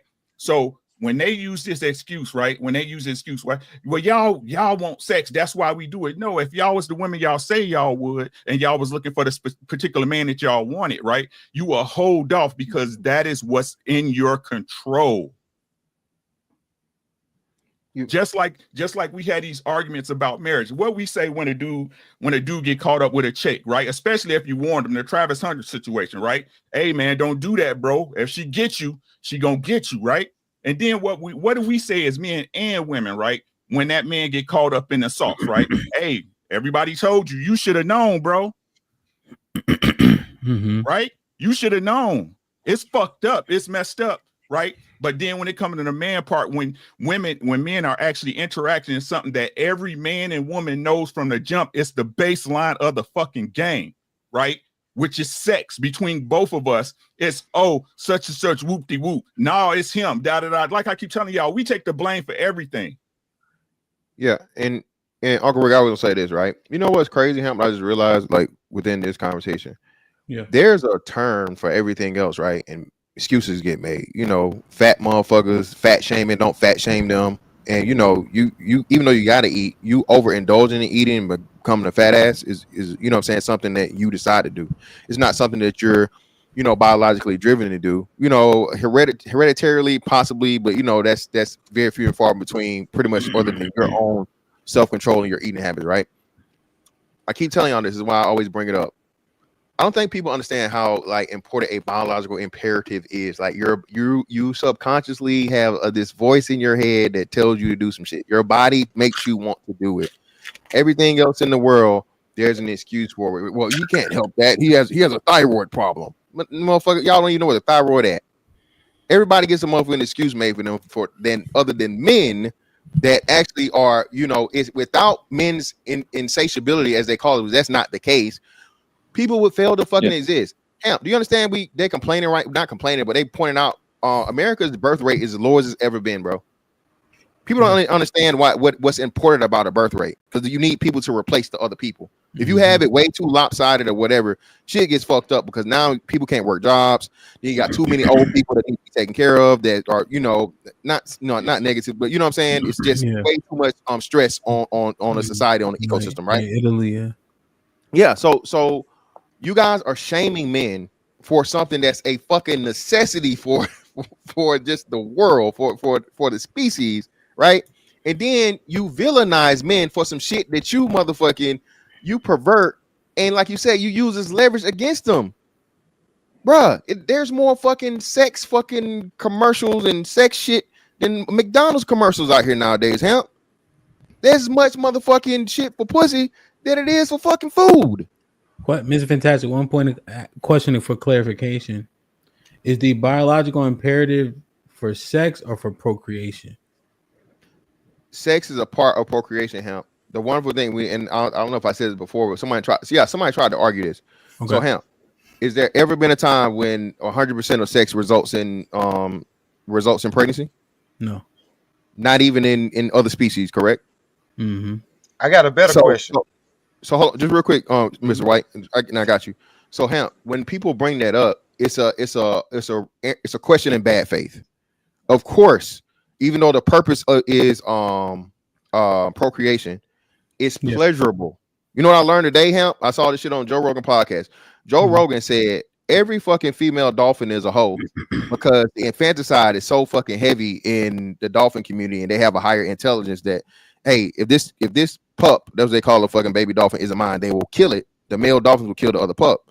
So what she does is she just let everybody run a train on her, because now the male remembers the female dolphin he had sex with, and he don't know if that's his child or not. You know what I'm saying? So now she gets to keep her offspring safe, but you know what I'm saying, through that method. Women are operating like dolphins, Hemp, and they don't have to.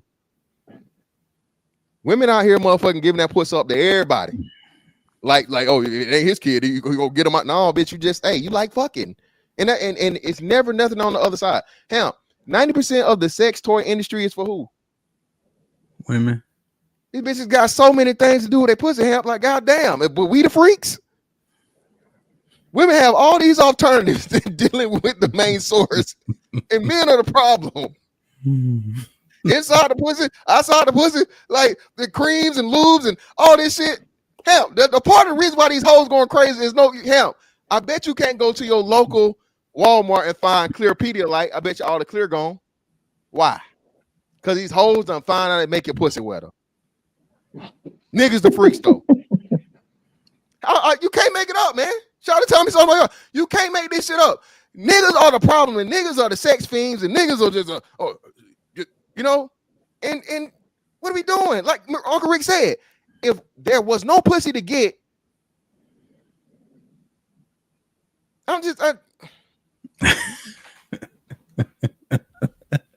Clear Pedialyte, nigga. they know it's crazy. Nigga, I just learned this today. Hey, I man, Is that true for real?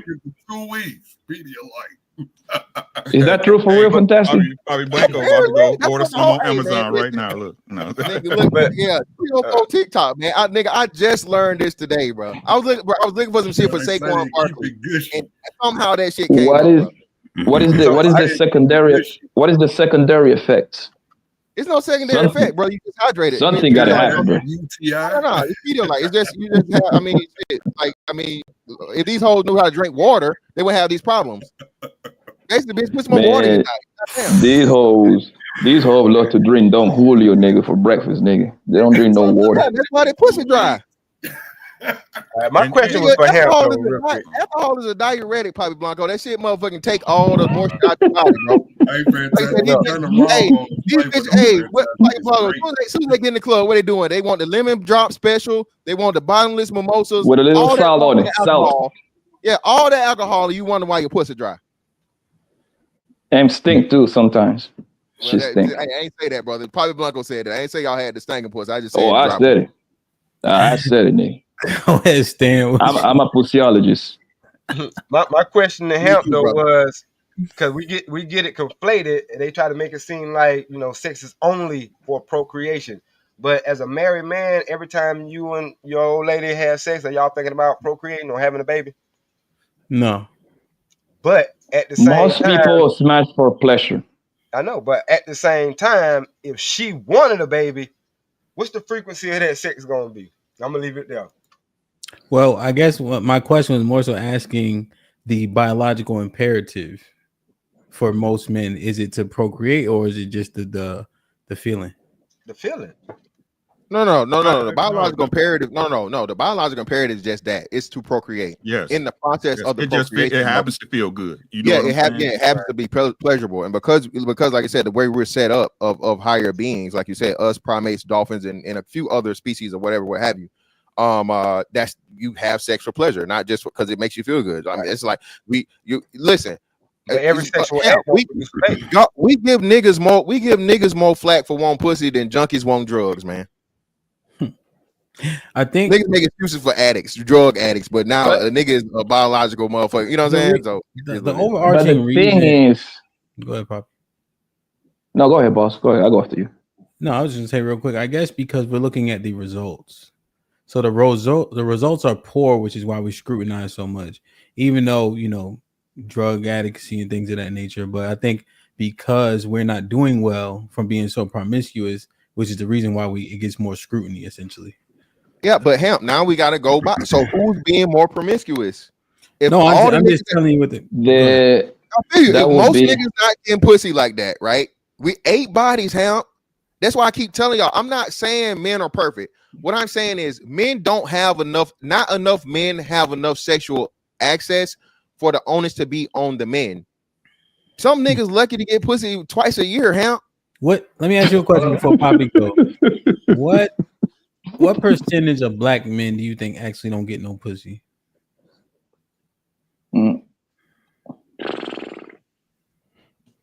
That's for who? Fantastic. Both of y'all. Let Fantastic go first, then you go. Then you can say what you was gonna say. If they say it's 30% for the young men now, and that's whatever, I would cut it in half, or I'll say 20%. I'll say 20% of black men are locked out the way they got to either purchase that pussy or they can't get none at all. Okay. Poppy, I would have to say out of 100% of the men that is available, I would have to say black men specifically. Color men, okay. I would have to say maybe I would go with like about 30. Because 30%. The thing is, here's the thing, bro. Like it's kind of complicated, bro, because I think it's a small percentage of niggas fucking the majority of these hoes. And because a lot of these hoes is actually real hoes in life. Most women are hoes, make no mistake about it, right? So it make it complicated to give you like an exact answer. Like only on the internet, these bitches want to act like they got standards. Bitches only got standards for the niggas that they don't want. Simple as that, okay? When they turn off these goddamn cameras, they throwing that pussy anywhere, bro. Trust and believe that, okay? Most of them. It doesn't matter if they poor, at the project, corporate America, none of that shit matters, bro. None of that shit matters. So I would have to say maybe the 30 30%, those are the guys that are kind of awkward too. You know what I mean? Because even the niggas that live on somebody's couch, they get pussy like there is no tomorrow. Okay. So I think I would lean more towards the 20%, maybe even a little bit less. So put a number on it, Ham. Put a number on it. About a little bit less. I would say 85% of niggas is getting a level of cheeks. So if that be it true, is our conversation more warranted? Which part of it? The accountability for us still no. Even with that case, so again, now we have to define what is a bad outcome. It's simply having casual sex, which is normal in human interaction and human social, whatever. Is that the case, right? Or are we simply going to talk about, having kids and I guess quote unquote broken families? Where are we going to draw the line for bad outcomes? Because if everybody of all groups is having most sex being had is casual, right? In of modern times, that's been the standard. Most sex is had outside of a marriage or a long-term relationship. How is it that black men are the only people in the wrong? You feel me? No, 100%. I understand. I guess just when we look, like when you got the top 3 in STDs, is what? Black women, gay black men, black men. And I'm saying they all don't mean all, right? But essentially, if she on birth control, the condom is optional. We more worried about the baby than a disease. So it's how we break things down that make it problematic. I mean, I guess that's the concern. Yeah, well, like I said, that's but I'm not saying, I'm just saying, but you know it though. That's and I know it, but then like I said, and it's a not all of, like, I know it's not a something. Look at DC. Yeah, see, but DC that's a reckless nigga. We all got a reckless nigga in the club, man. We always got in the group. We all got one. You and Poppy disagreed. Your man Fago both got the bust down pregnant, man. They go wilding. But I'm just saying, Poppy didn't say nothing, but he agreed with his body language. And nobody on the panel could be like, "Oh, y'all bugging." Like, we like, "Oh yeah, niggas shit out." Well, that's what I'm saying. And I would still say this, Ham, what's the name is as long as sex doesn't result in STDs, the majority of sex don't result in STDs, Ham. It's still a minority of people with STDs. No, right? I got you. The numbers is we overrepresented the number. We had the highest rate in the numbers, but still it's not the majority of niggas out here. Even though black women are damn near close with 40-some%, high 40, I think it's like 48, 49% in the bump. Two, nigga, 40%? Not no more. 48%. All right, hold on, son. So let me ask you this. Okay, all right, let me ask you a question. It's just speculation. Where do our numbers lie? Who, us? Yeah. Black men? Yeah. It's not in the 40s. Okay. It's not in the 40s. All right, cool. 20s? 20s? Is it 20s? Let me ask y'all, what is the fluctuation? Do we have good going to the doctor habits? Decently. I'm just asking what you think it would be if niggas went to the doctor. But that's what I'm listen. No, it's not a MILF type. No. Now I'm gonna do this as an old man. Okay. You do that shit. Look, black men do not go to the doctor like that. Okay, now hold on. Now, Miss Williams, let's say that's true. Hold on, Miss Williams. Let's say that's true. If it's nominal, it's nominal. Hold on. Wait, Miss Williams. So let's say that's true, Miss Williams. Niggas don't go to the doctor until when they get something show up. Hold on. Fantastic months ago. Wait a minute. But a nigga will hunt for somebody else where they can get that medication and all of that. Hey, I'm telling, like I said. Now, see, listen, bro. Hey, shout out to Nice Star. Because you're not a street nigga. Remember that. You've been on a boat for 20 years. Shit go life be life, and that's what niggas do. So don't act like they don't. Hey, your drug dealer got more than just weed and coke, buddy. Okay, well, for one, man, listen. For one, I've never heard of the penicillin drug dealer, my nigga. Man, never. But then again, Miss Williams, like I said, you in Kentucky, nigga. You in Kentucky. All the pills I know that motherfucker where I'm from, nigga. Perks, Zan, you know the shit that make you feel good, not the shit that motherfucking fix your wood. So hold on, I'm just saying, I ain't never heard of no penicillin dealer. Fantastic. What I'm saying, like one minute black men are fucking and then they not. Come on, bro. Well, listen what I'm telling you. Listen what I'm saying, bro. Yeah, listen what I'm telling you. Even if a nigga don't go to the doctor, bro, something wrong with your dick, nigga, you going. As soon as you notice anything off the norm for your dick, you're going. So they eliminate that bullshit. You feel me? But no. Miss Williams, I've had, bro, Miss Williams. One thing that niggas will share with you, bro, and Hemp didn't even say this. Hey, man, yo, shorty got me, nigga. Look, man, this is crazy. This is crazy. Yeah, but fantastic by default. By default, bro, niggas would not tell you the nigga the most tragic shit.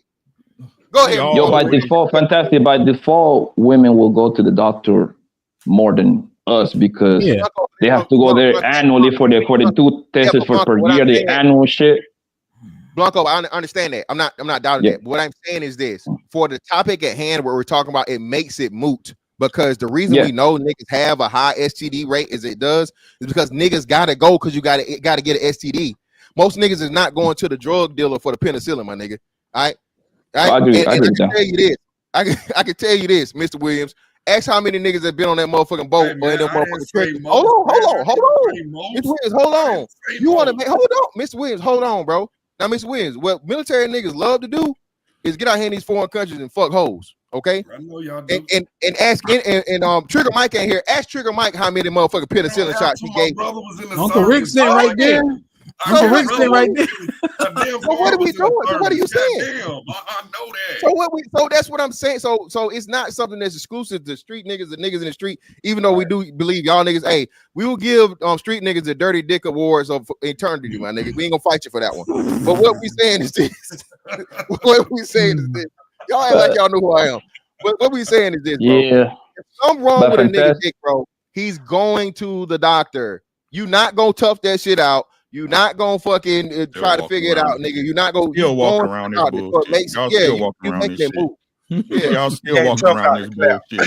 Y'all still walking around this bullshit. That's the fucking problem, right? Listen, all this pussy getting with drippy dicks and herpes and all this shit couldn't been got if bitches wasn't allowing them to get fucked. Plain and simple. Plain and fucking simple. All this shit. Yeah, such a church. Woo woo. Are you a virgin, bitch? Nope. 25 bodies. Right?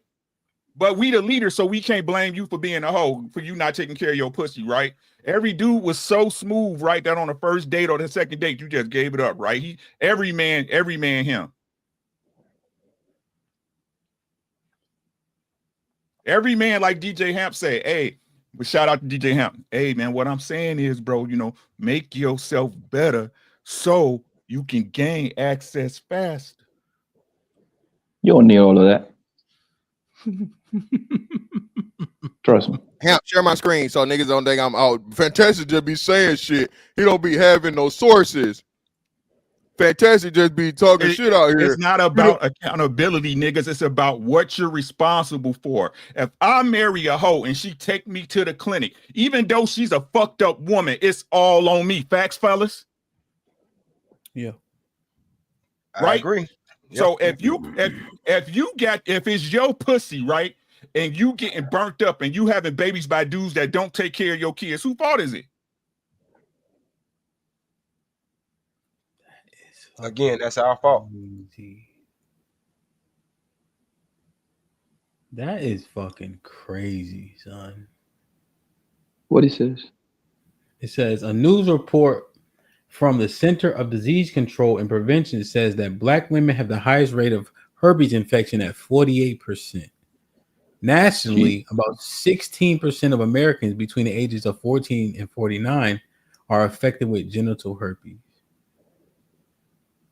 So 16% is a national average for everyone, and then for Black women it was. But Mr. Fantastic, that should say 2010. You think it went down, nigga? It's not gonna make that much difference of the year, though. Wait. You think it was? You think all the bumpy pussy hoes stopped fucking in 2010? You think the whole number decreased from 2010 to 2024?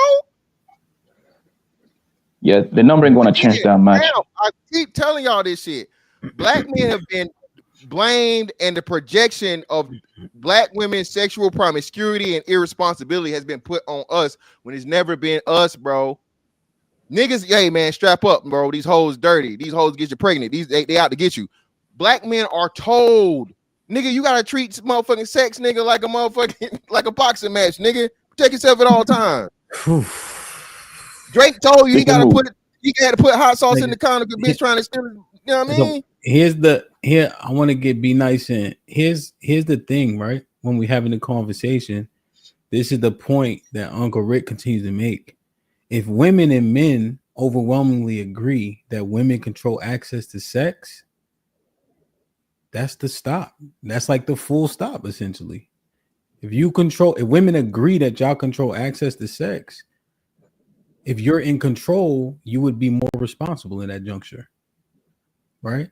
I think, correct me if I'm wrong, fellas, do men generally accept if a relationship fails, if the family loses the house as an example? Is that on men? Yeah, you have to. Not even that. You have to.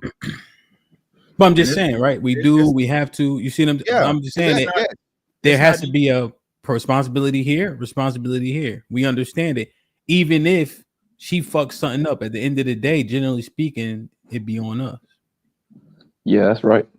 Because it's up to you. It's up to the man. Because the thing is with men, right? Mm-hmm. It's all on you, because for women, it's always going to be somebody else there to save them. You see what I'm saying? That's why you barely going to see a good-looking woman being homeless. You barely going to see that. You see a whole lot of men being homeless, right? Yeah. Because let's say when the woman leaves that man, it's always going to be another man and her daddy, grandpa, somebody going to be there to save them. That's why usually the responsibility is more than us. That's the way I think. Like for us, it's either what we do or we're going to hit the streets. Simple as that. And it's not even, and like I said, it's not even that y'all say don't blame. It's not even about blame. It's who's responsible for it. You see what I'm saying? Your wife could be not wishing this on nobody, but again, examples, right? Your wife could be a fucking alcoholic gambler and shit after y'all get married. They're gonna be like, you didn't know that, bro? Right? You let her shit get out of control, my boy. Exactly, Uncle Rick. Your homeboys are even, nigga, what was you thinking? What the fuck what you thought was gonna happen? Like you said, a nigga get robbed down a dark alley. Nigga, what the fuck you go down that way for? Nigga in the wrong hood, get beat up, get whooped, get robbed. Nigga, what was you over there for? You know how to get down over there. You feel me? Yeah, what is wrong with you? So let's come back, right? So again, but they say in the same breath, right? Because we the lead, like I said, they use us trying to be leaders as a weapon, right? They use it. That is a weapon. They use it for a point when it's convenient to them, right? But a leader don't blame nobody but themselves, right? Right? Yes. We're not even. She fucked up in the game. We gonna foot the bill on it regardless. If I'm gonna foot the bill because I picked you as my wife, right? But don't blame her, because leaders don't do that. Yeah, it just the pushback confuses me a little bit, right? Because the women say they control the access, but furthermore, if you having sex with a nigga that doesn't have any intentions for you, you get devalued in that instance. Now they'll say the hoes is still winning, right? That'll be the argument. But they know, which is why women aren't quick to reveal their body count, because those type of things weigh on us differently. So even if you take that under consideration, even if you don't like it, you would have to be more responsible in that instance. You know, I'm just thinking about logically the stuff that we all agree upon. You know, Let me get Be Nice in. Be Nice, what's happening? How you doing? How we doing? Pretty good. What's goody? So just like to start off, I kind of the thing that Mr. Fantastic is bringing up kind of made me think back, like the way that Black people not Black American people even interact with each other or get together in the first place. It's not really usually from anything real. It's usually from facade or the external things. So our women tend to say things like, this guy is corny. And things like this is actually a red flag, because this means that the people that aren't corny are people that make bad decisions. Because you're looking at a person that is responsible, maybe takes care of their household, does the things that they need to do, but this person is a corny person because of a certain attribute about their personality. But on the opposite scale, if someone is, a drug dealer or someone that destroys the community, because they are attractive in the personality sector, then they can get all access because they're not corny. Does that make sense? So at the end of the day, we're kind of just repeating the same problem that we've always had, which is we keep reproducing the people that we don't want in society.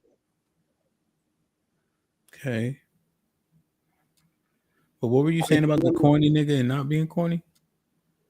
Yeah, so just corny in general is bad for us as a community. Saying it means that there's something else that isn't corny.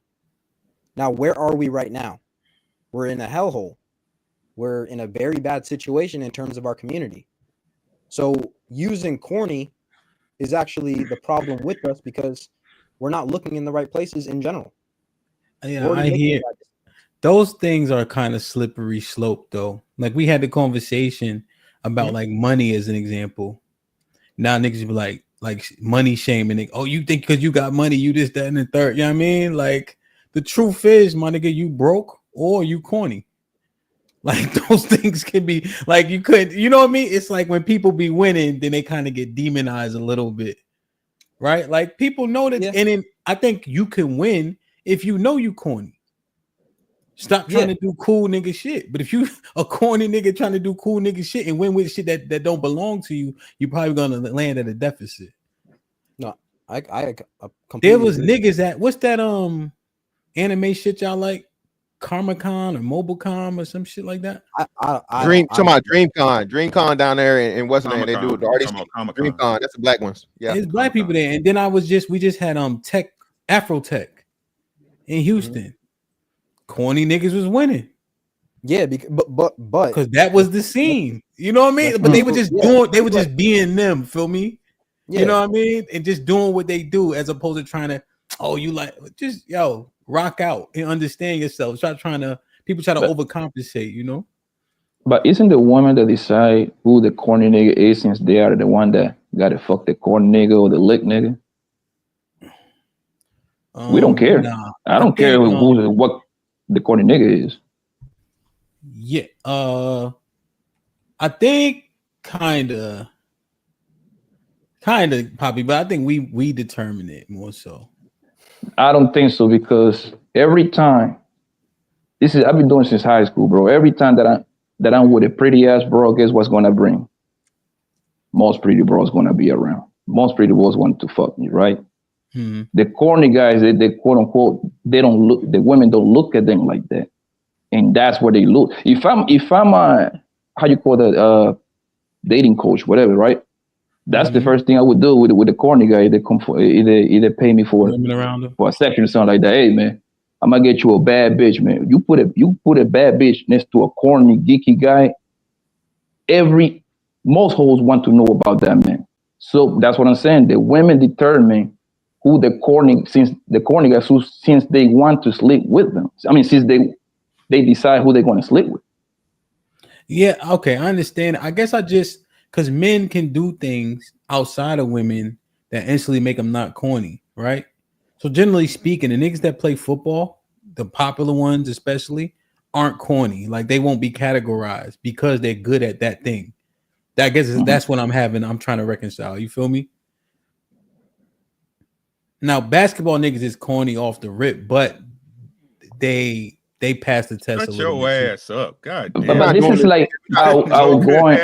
Hold on. But all right, so hold on. Tell me the football nigga more popular than Michael Jordan. And Miss Fantastic lost service, I think. See, that's shit I'm talking about right there. Yeah, tell me the football nigga more popular than Michael Jeffrey Jordan. I'll wait. Yeah, I'll wait. But when you say football, just real quick, Blanco. Listen, man. I know. I heard a lot of y'all hearts. Listen, fellas. Look at all the women in the chat. That's motherfucking trying to take up for this herpes shit. Don't let her come to you with no hell on that pussy. That pussy better be bald. You listen, man. You don't hide them bumps nowadays, brother. They hide them bumps. Stop, nigga. They hide them bumps, nigga. I'm trying to keep this stream monetized, nigga. But the thing, Hamp, is like when you bring it to like football, basketball, it's extremely hard to find a guy to be corny when they're playing organized sport. It's going to be hard. And you know that. If you've been in the huddle, you know, right? Yeah. The same thing with basketball, right? Like, is it a couple of corny guys in a team that is, I mean, high school, what is it, 80? Yes, 80? Yes, no, it's going to be real hard. Usually those guys, this is a very manly sport. Basketball, it's still like a semi-manly sport too, you know what I mean? But not as football, you know what I mean? So, Bobby Blanco, nigga, you play soccer. You got a soccer accent. Shut up. Your football is not even the one we do here. Shut up, man. For your information, man, I play wide receiver, man. Relax, Ed. I play all that shit, nigga. I'm a sport freak. I bet you kick the soccer ball too. Like I said, I'm a sport freak, man. I watch soccer, football, basketball, and I'm a monster at boxing, nigga. Holla at me, man. So I'm out there. I was out there, yo, right? So going back to what Hamp said, right? I don't think that would be like a good argument. Because usually it's a guy that is like started playing sports since little. Because all about the whole corny thing is because most guys are then into the corny category is because they don't got their social skills are terrible. You see what I'm saying? Mm-hmm. And in sports, when you play organized sports, it helps you develop those skills, which it translates great to get women. Okay. Yeah, I think the social aspect, right? Right. Yeah. I think, and you out there, basketball, football, where you constantly communicating, arguing back and forth. You got strife every play, right? You have a opponent every play, right? You trying to win every play. You talking shit every play. You congratulating your teammates, etc. Yeah. So you just what we do in the huddle. I mean, what we do in the locker room. Talk about bitches in sports. That's all we talk about. That's all we talk about. You know what I mean? Especially in high school. We ain't have to get no money to pay no bills. Yeah. You see what I'm saying? And when people go to college, they don't have to pay bills either. Yeah, I understand. That's a good point. I can't play the sound because it's got music, right? I want to get it, but when your hood nigga calls and tells you that he's sorry and wants to come home, but you done already moved on with a square, got married and started a new life. Jesus Christ. And then in the background, a nigga tell her, come on, baby, let's watch a movie or some shit like that. Bro, leave these hoes to the motherfucking traps and the bandos that they used to. That's real, bro. Hamp, this you see this shit all the time. Hamp, these women come on the internet, be it Twitter, be it IG, be it TikTok, and they tell you they tired of the hood niggas. They done ran through them too much. They tired of sitting them green dots, and they tired of fucking accepting collect phone calls. Hamp, they want a secure life now because that young shit out of them. You feel me? So now they want Ernest the electrician.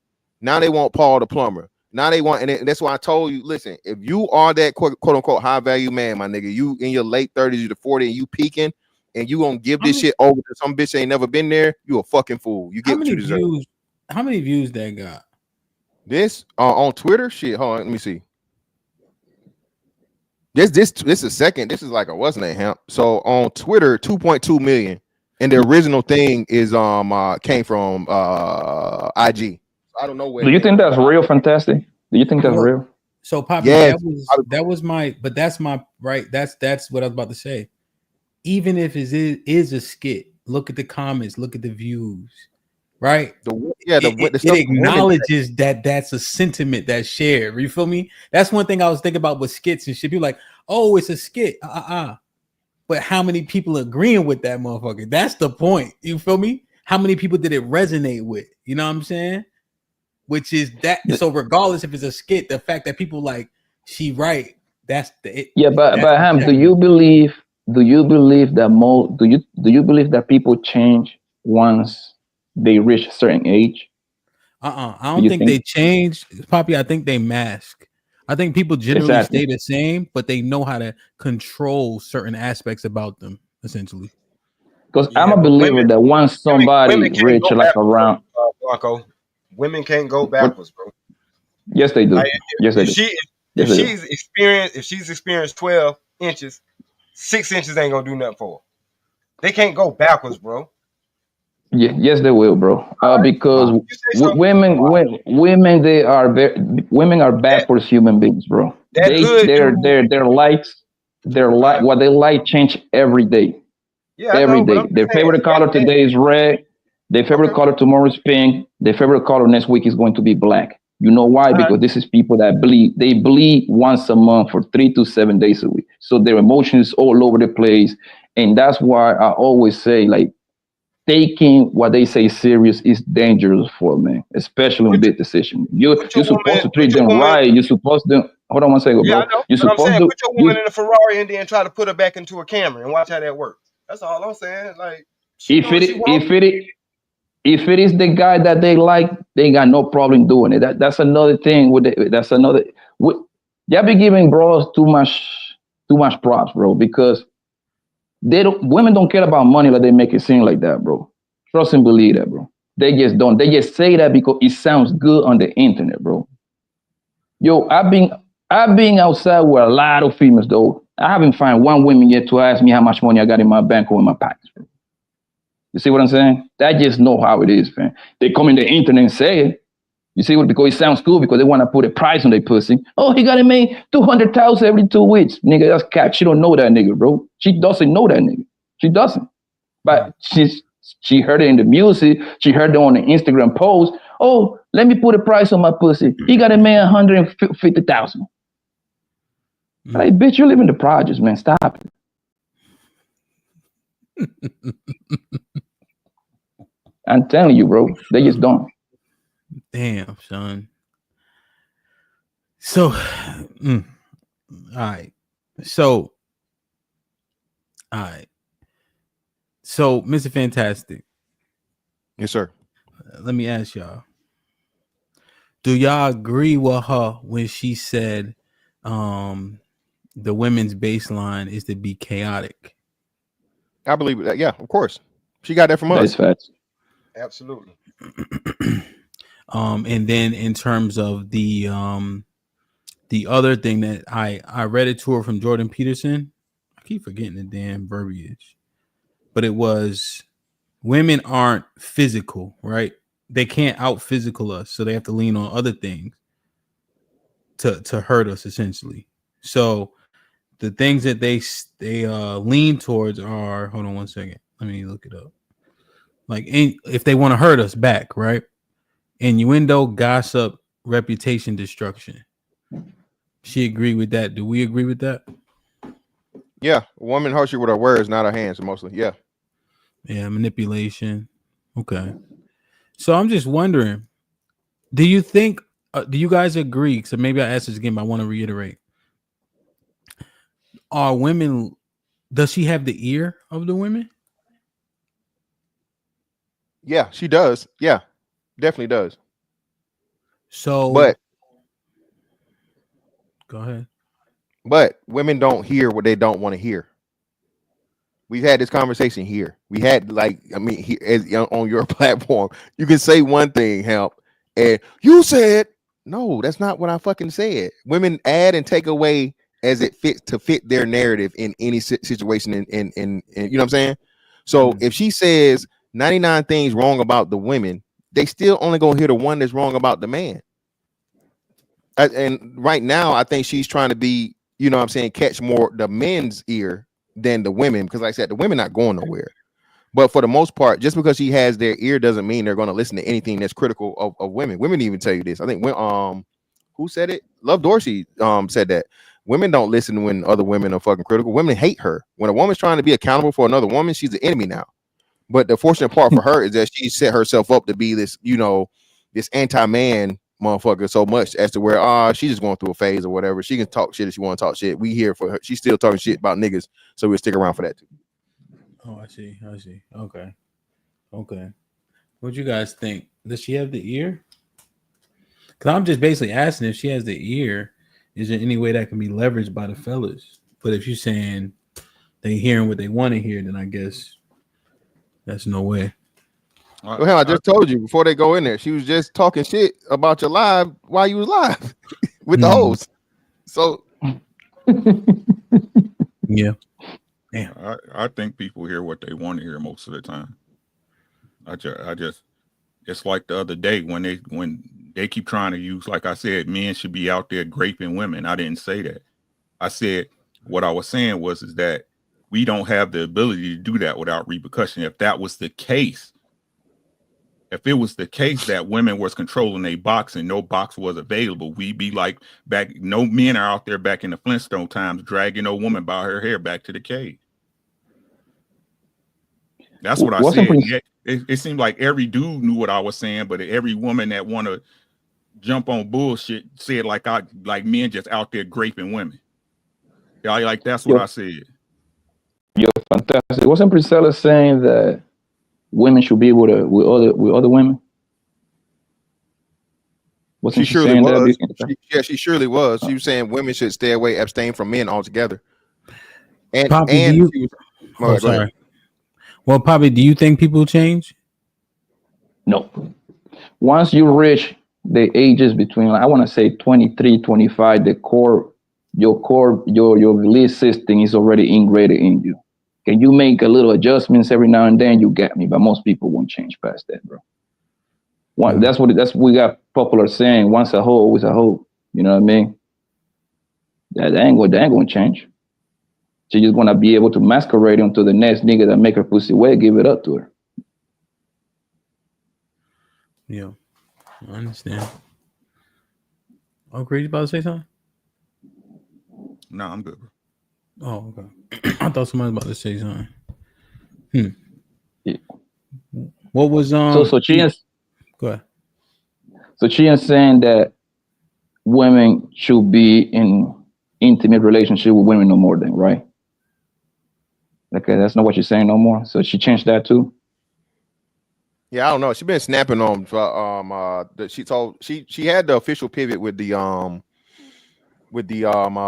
interview on the platform she usually goes on. I think it's like real life.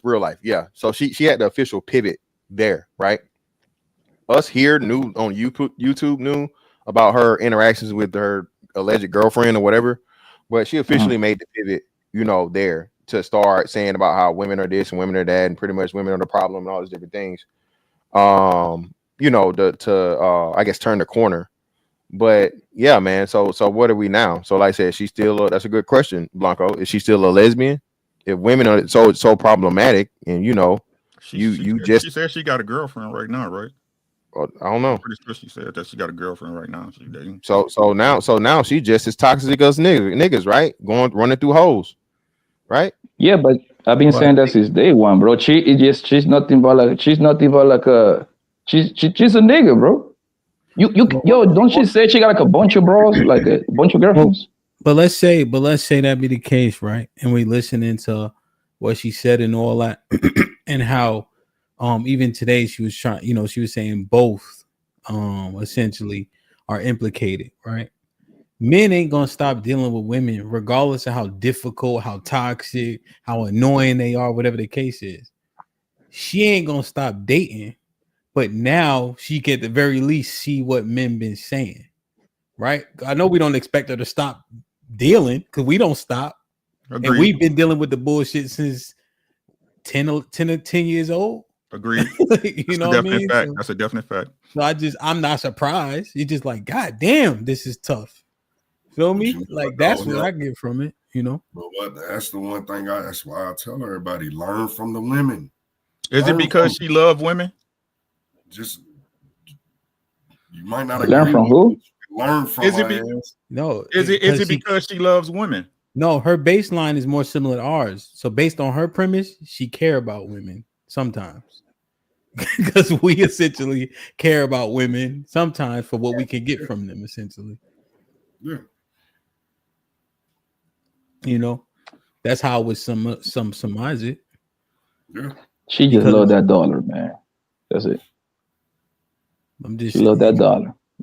But we all Sorry, do. what? We all love money. Yeah, and this is like I the don't love easiest money. way. I don't love money. Don't speak for everybody. I don't love money. You know what I'm saying? Money. I know it's a necessity, but I won't crash out for it. I get that, but we have to have money to survive, y'all. They say everybody got a price. Now that no. What's your price on the pat? I asked the dude, I said, yo, would you kiss a dude for $1 million or do a year in jail? Hell no. You're in jail. Or what I say, would you go to jail for a certain amount of time or would you peck a dude? He like, nigga, I'm kissing the shit out that nigga. I said, God damn boy. No. You ain't even been to jail, nigga. You don't even know if it's bad or not. Yo.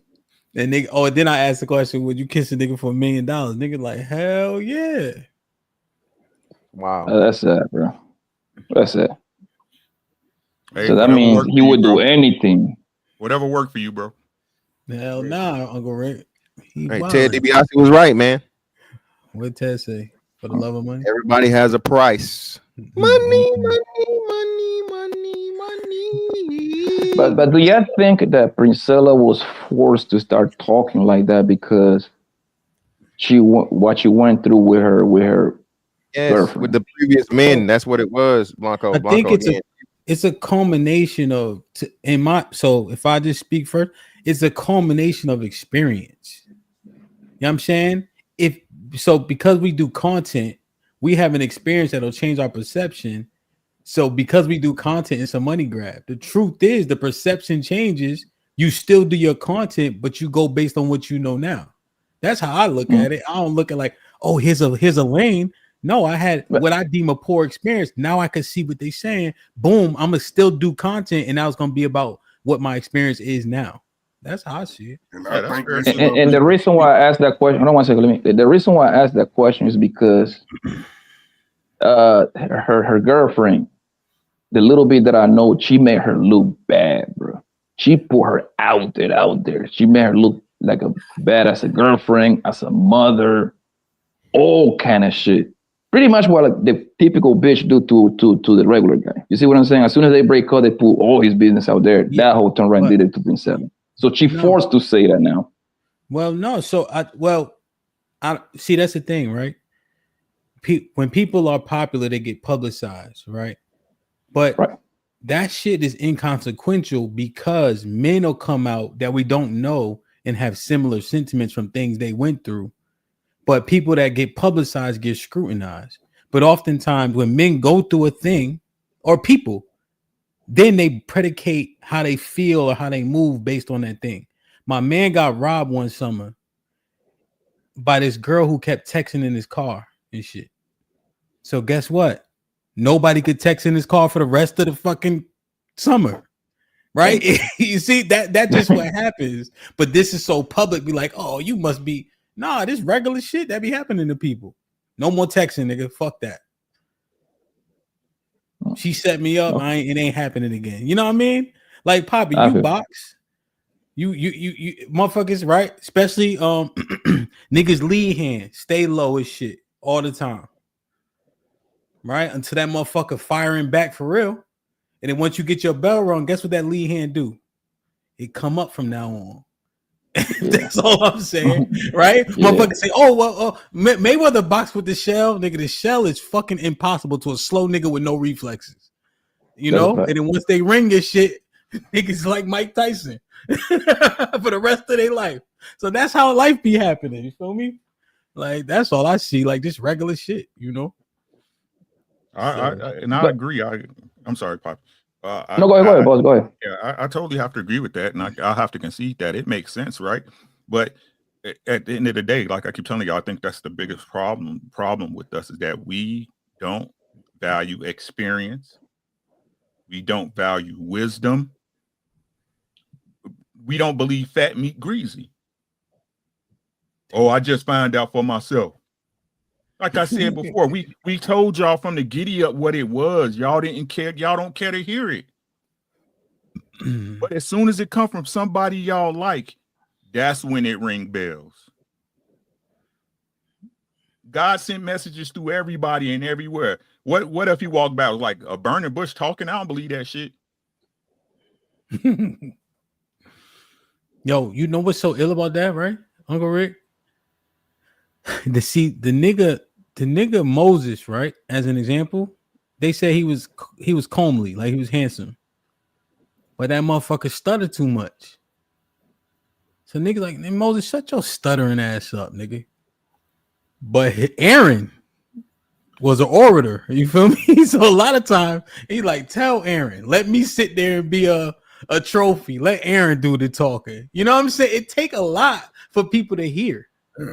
And think about it. It's like you need a combination of shit all the time to hear, you know? And it's unfortunate, Uncle Rick, but you feel me? Like different teachers. You coaching a bunch of niggas, they ain't listening. Go get them niggas, because they ain't hearing. It's like you said. Right. It's like you said, it's unfortunate. Yeah, and it's gonna continue. It's gonna continue to be unfortunate.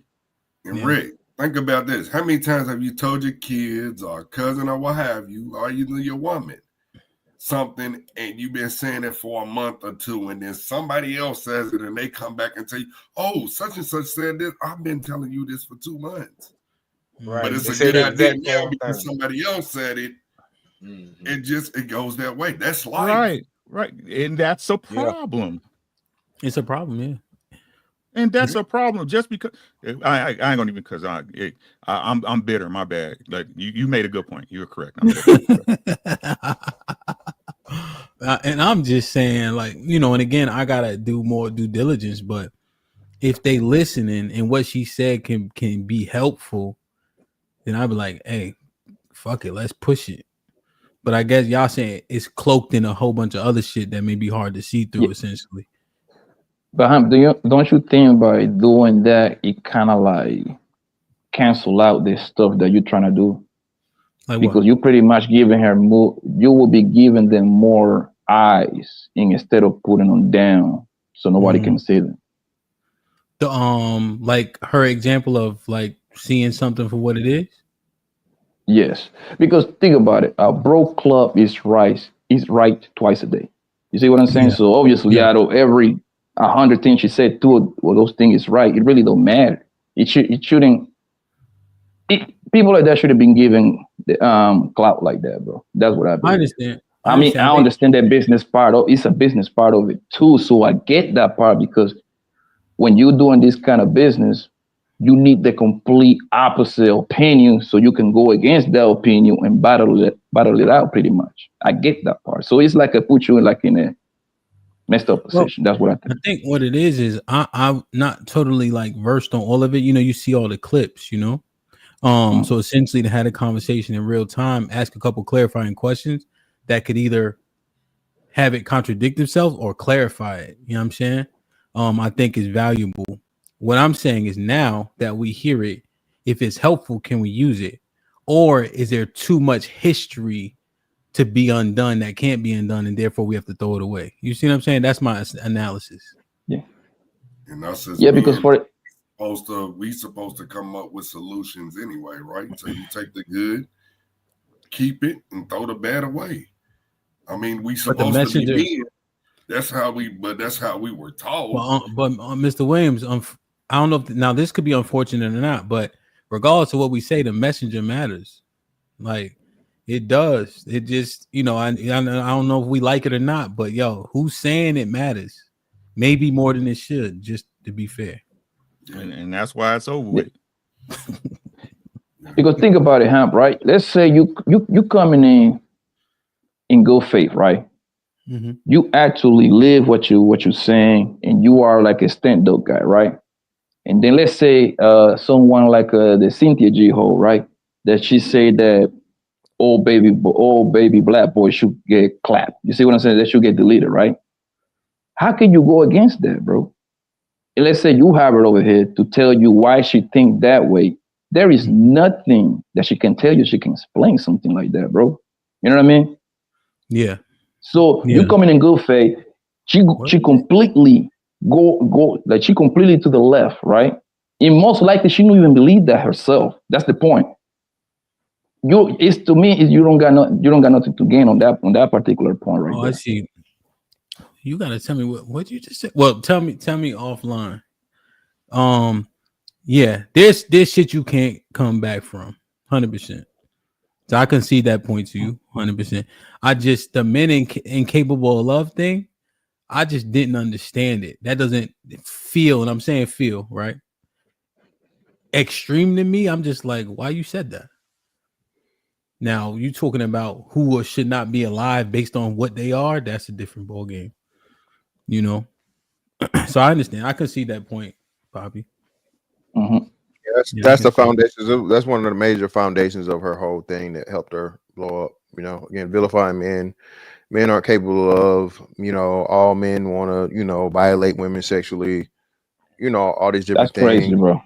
That's crazy. Like she said herself, she had this big thing. She touched on it briefly. Hemp, the mothers to take up for their sons. She was advocating for women with sons to, you know, put them out the house and all kinds of other crazy shit. And stop doing this. And you all men coddled. Let me ask you. So that point sounded different today. Is that a change? Because she said it's their fault, but she didn't expound on what they should do. She just said it's their fault about these sons being coddled and these boys being raised up as punks and things of that nature. No, it hasn't changed. That's always been well, now I'll take it back. So it's changed because now she's giving more weight to the women causing it than the outcome. Before it was more so the outcome, and you guys have too much of an attachment to the men. But she kind of, I guess, like tied it together when she said that. But it has a little bit more. I mean, I guess it's a little bit more palatable to us because the women are slightly more implicated, I guess. Yeah, that's what, and that's the intention of it. The intention of it is to catch more the male's audience, and you know, it's the reverse Kevin Samuels approach, right? So Kevin Samuels was at first he talked to like exclusively men, then he blew up once he finally started talking to the women, right? But at least Kevin Samuels was actually talking directly to men, not just about them.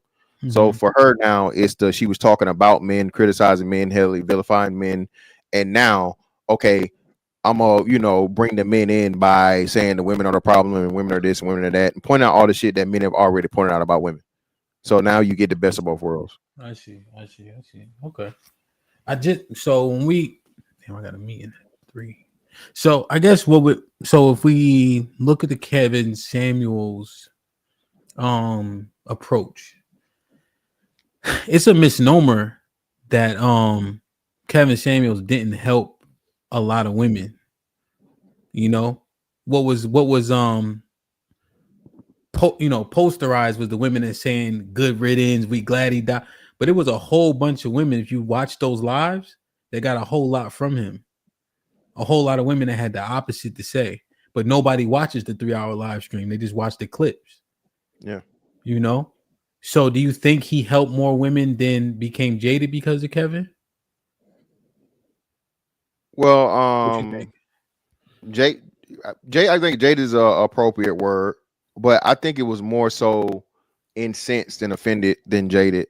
You feel me? I don't think because they didn't change their behavior or it didn't make them whatever. I think for the first time, like I said, especially from the black men's perspective, and even though he had white women and other women here or there, mostly black, his biggest moments were with and talking to black women, right? So I think what happened was he was the first man to get palatably, because Tommy was way before him, right? So shout out to Tommy. I'm not trying to take nothing from him, but Tommy didn't have the approach that was palatable for the mainstream. You feel me? So Kevin Samuels' image and his approach and his all these things and so on and so forth, bringing the stats into it and all these different things or whatever, made it palatable. It made it something that YouTube would promote versus just fucking banning and get them the fuck up out of here. Yeah. Okay. I got you.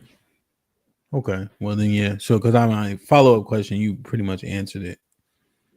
If it wasn't super helpful, then I guess this would be have the same effect.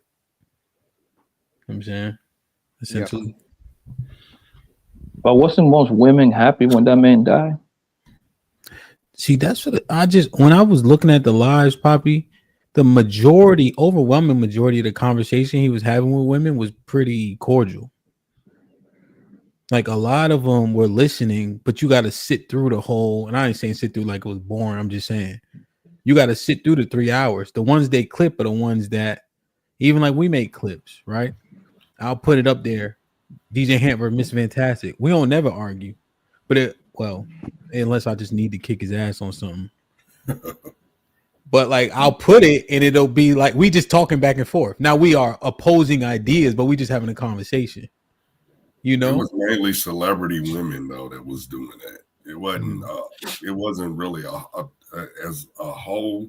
It wasn't majority of women. It was just the celebrity women who felt some type of way. I mean, it would be the people. No, not just celebrity. No. Probably Blanco is definitely right on this. No, the loud. There was a fucking what was the name of this shit where people just talk before TikTok blew up? Clubhouse, bro. There were literally like just whole things in Clubhouse, just like anti Kevin Samuels this, anti Kevin Samuels that, and just the Kevin Samuels hate was out of hand, bro. Like I said, now the celebrity women are the ones that went viral and the ones that got a lot of the shine, but you had literally the witch bitches of TikTok trying to take credit for the man's death. Y'all didn't know that, huh? Saying all I saw was celebration, bro. Yeah, man. And that's when I first got to YouTube, bro. Like 6 months before the man died. That man died like in May, which is my birthday, right? And all I saw is a lot of this whole celebrating homeboy dying. I'm like, yo, you didn't even know this guy. Like, you didn't even know this man.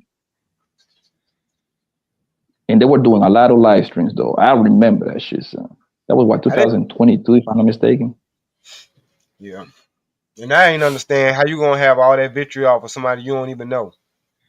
But you feel like he's talking directly to you. Well, you feel like that because you doing the stuff that he's saying that the men that you actually want is frowning upon. But now somehow he's the bad guy. Because I will tell you, me and my wife was one of those ones who we used to watch the long form content. And there was a reason behind it because it made us appreciate each other, seeing what's going on out here in this world. But not only that, it's like we saw that, there's a lot of women who got help. There's a lot of families that got helped. You know what I'm saying? It's just the ones who they don't want the correction in the first place anyway from anybody who they showed their face. Okay. Yeah. But when you say help, what that means? That means that a lot of people be in their own whatever it is, and they may not be able to put their finger on it. But by him having some of these conversations with people, they said verbatim, "I was one of those women that you was talking about. I was probably wasn't listening to my husband or whatever the case may be, and I was stuck in my own whatever I had going on. But because I heard this and because I was able to see it from a different POV." Then I started acting better in my relationship, and it made my relationship better. Yeah, because the reason I ask you is because I know Kevin Samuel was like a big deal, whatever, right? But he only is known on the internet. Outside of the internet, most people don't know that man. And that goes pretty much for 80 to 90% of the shit we talk about here on the internet doesn't. People in the streets don't give a fuck about it. They don't know nothing. It doesn't apply. It doesn't apply. Okay. Blanco. Nah, brother. Listen, he was in a Future video. He was on ATL, and they put his death in the fucking like New York Times, bro. The nigga was bigger than the internet, fam. I disagree. You can disagree. Poppy, you can disagree. Poppy, remember he sat down with Nikki. Like that. Yes. However, he still was like, like you got, like it's levels, bro. I think he still was kind of like in the playing with the internet market. He wasn't global yet. You understand what I'm saying? I don't think he was mainstream. That's me. He wasn't mainstream. He wasn't Andrew Tate, right? Remember when Andrew Tate was like the most Googled person like in the world? Mm-hmm. I'm not saying he was that, and I don't know what, but Kevin was pretty not close, but he was outside of you. It's Nicki Minaj, like the barbs are still exist. Him on the View, Didn't they talk about him on the View? His numbers are still growing, y'all. Yeah, they was talking about him on the View. He died before he could have reached his full potential. But what I'm saying, like the average, what I'm trying to tell you is the average person in America or the world, whatever way y'all want to put it, didn't know who Kevin Samuel was, bro. I went out my way to hold on one second. I went out my way to ask my homeboys. You see what I'm saying? And so in my homegirls, yo, do you heard about this guy? Do you heard about this guy? Nope. You see what I'm saying? Now, for people that be on the internet, right? Like everybody in this panel, right? It's going to seem like it is a lot of people, bro. But if you ask your auntie, your sister, your girl cousin, they ain't gonna know who these people is, bro. They just don't. And Blanco, I'm telling you the contrary, bro. Like I said, it was people that were sharing shit with Kevin Samuels that had nothing to do with YouTube whatsoever. They didn't watch YouTube, fam. So like I said, once you transcend that, and bro, most YouTubers never make it to, like I said, award-winning, fucking Emmy-winning fucking TV show. And then, like you said, do the interview with Nicki Minaj, that transcends the internet. Okay, and then like you said, to what was the other thing? Being a music video. Again, bro, it's a lot of things he did that transcended the whole thing. And like I said, to cap everything off, when the nigga died, bro, there's plenty of people that's done died on this internet shit, bro, and the shit did not make fucking New York Times or American AP, the AP fucking news round. So yeah. Yeah, Poppy still hang with people that pay with everything in cash. Yeah, that's a little different. Yeah, that's they don't trust the banks. Relax. I'm at Jehovah Witness, man. Relax. But no, but I'm not disagreeing with you, fantastic. But I'm talking about he was a star in the YouTube, Instagram business, bro. Nobody's denying that. What was he outside? What would you categorize him as? What list would he be? Man, they was clipping him on Facebook and everything, man. What are you talking about? Okay, again, I said in the social media world, he was a star. I don't think he didn't get to fully translate to like a rock star level. It's levels to this shit, bro, right? Yeah, you're right. You're talking about it. Most people, okay, bro, listen. Most bros that are goddamn 20 to like a 35 and looks good, they don't know who the hell Kevin Samuel is. They be like, oh, because the shit that Kevin Samuels talk about don't apply to them. The shit that Kevin Samuels talk about only apply to ugly, big, fat women, man. That's it. Jesus. That's the truth. I think you're right, though. He didn't reach the levels in which he would, but he made it outside of YouTube, not to the extent in which he would have. I 100% agree. He did cameos. Yeah, but the cameos are big. I mean, the fact that they posted him in the New York Times when he passed, that says something, you know. Generally speaking, I wonder. Look up his interviews. I wonder what is his. I think he was on Vlad, right? Yeah, he was on Vlad. Was another he one did too. 2020, Adam 22 on the Breakfast Club. Remember, they mentioned him on the Breakfast Club. Well, no, I think was he on Value Tainment? It was another big platform he was on too. He did Adam 22. There's no jumper. Coincides with probably Blanco's thing for the internet aspect of it. But yeah, it was just like it is what it is. I mean, he was big. I think Poppy got a point, but he was bigger than what we assumed for sure. He's definitely bigger than what we thought, bro. And then, like you said, I think people don't. If y'all for the thing to understand just how like it was literally like an overnight thing. That's another part of it too. I think people leaving out. But this nigga was literally like one day, you know, maybe 100 people in the chat. The next day, you feel me? So that's a different one. Yeah. Can everyone hear me? You got a lot of static. It's like you got something going on. Go ahead, Reaper. What's popping? Hey, what was good? I'm just listening, man. I didn't really have much to say else what you guys talking about currently. Just salute to you for having an interview. We all know that she's a grifter. Salute to Fantastic for chewing her out, because it's like She just playing a game, right? It's all a game. These people don't follow what they really talk about. And I think Ricky also said it best, is like, people only really listen to you if they like you, right? Which is BS, right? Game is game. Someone's giving information, knowledge, even if you don't like the person, you take it in, right? But pause. There you go. But you know, salute to you guys for chewing her out, man. She is what she is. She's a grifter, so I don't want to interrupt too much. I'll chime in here and there, but salute to you guys, man. Yeah, man. Well, shit, we've been here 4 hours and 16 minutes. Can you hear me now? Damn, so you ain't doing no darts today, Hemp? Damn, son, that was wild. Oh man, I don't got it. I'm good on the. I'm chilling today. Man, turning a new leaf.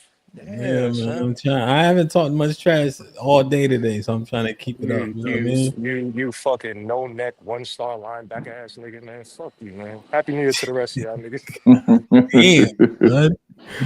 Yo, you can catch bugs. Happy New Year, man. You could catch bugs with your tongue.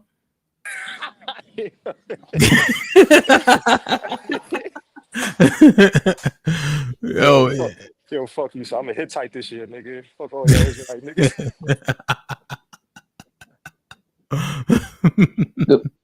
That's nasty work, son. Jesus Christ. Go ahead, Pop. You about to say? Back to the Kevin thing, right? Do you think Kevin Samuel gained more? He was more known for the average at best interview. I mean, it wasn't an interview, the little clip. The average at best. Poppy, we already conceded. He was not as big as he should have been. I like to stomp on your head, man. So we no. I'm gonna stomp on this nigga head. Dang, fantastic. So look. So do you think that Kevin Samuel was more known when he did that average at best clip, or when Nicki Minaj? I mean, I think it was Kevin Samuel that jumped on her live. Do you think, which one do you think was more beneficial for him? Marlon Wayne. Think about Marlon Wayne. Put him in the fucking bedroom. Get him out of here. Come on. Wait a minute. Whoa, my money here. Get the fuck out of here. Get him the fuck out of here. Put him in the bedroom.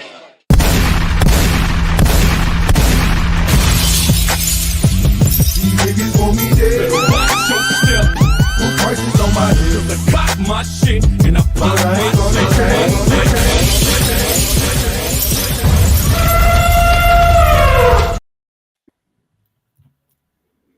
Yeah. The Nicki Minaj, without a doubt, bro. That was the thing. The average at best was, whatever. Like I said, it's a little clip, but the clips he got out of that and the views he got out of the Nicki Minaj shit, bro, was like, crazy.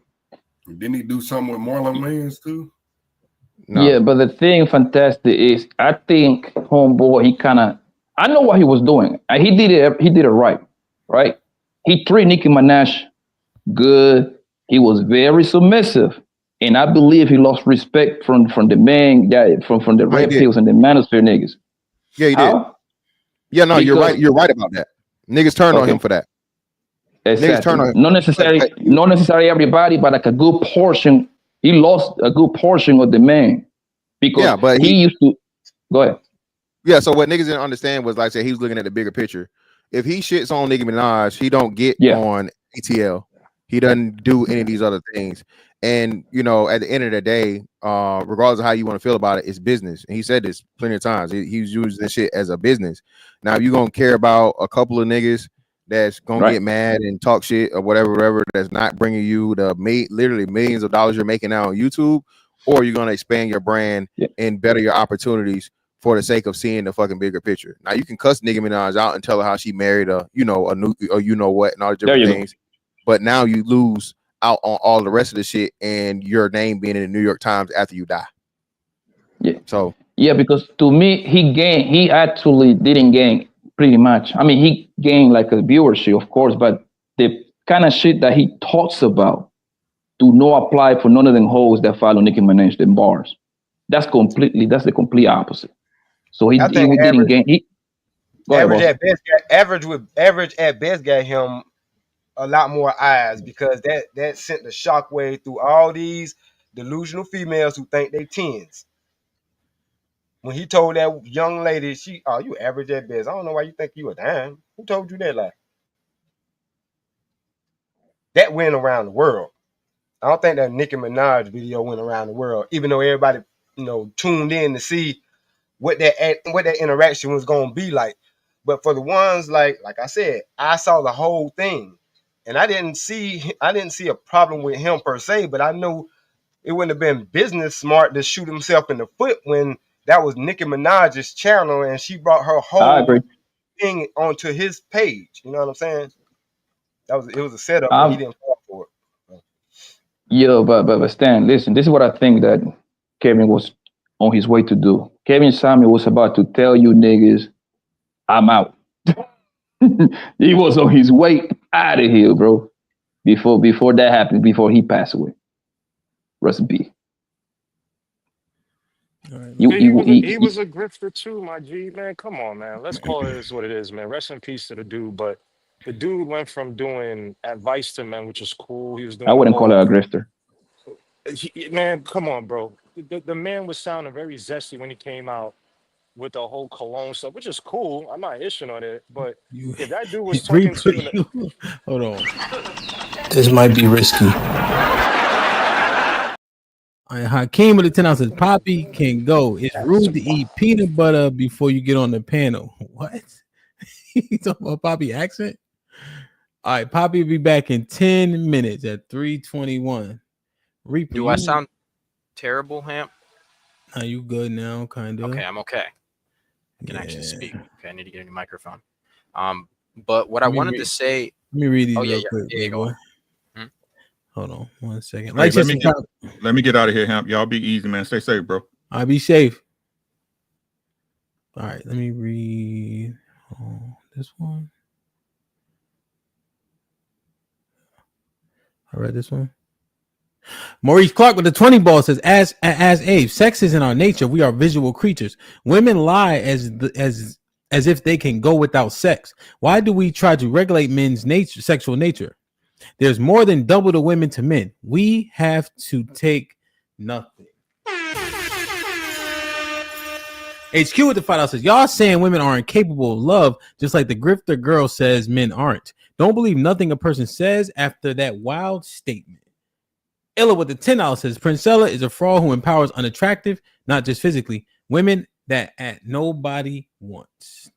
Hakeem with the $5 says, Mr. Williams, we of the black delegation strip you of the title of Playboy and dub you with the new rank of Honey Pack Williams or Bathwater Williams.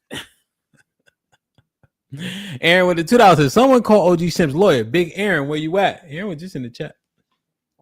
HQ with the $5 says 1,110 years. Men are going to acquiesce power of pussy. You will never be in control. AL with the $5 says, y'all messing with the wrong women. Get a woman who will fly you out. Baddie life. HQ with the $2 says that biological imperative means I control you. El Castigado with the $5 says, once you understand that all women are innately. What? Oh, my bad. Are you watching? Oh, it's on already? Oh, 4. Oh, yeah, I didn't know that she was at 4. It's at 4 on the East Coast. I'm bugging.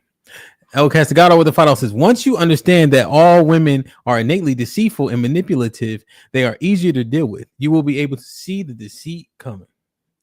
TD with the $5 Pop says, why do we keep pretending that women aren't the insatiable ones?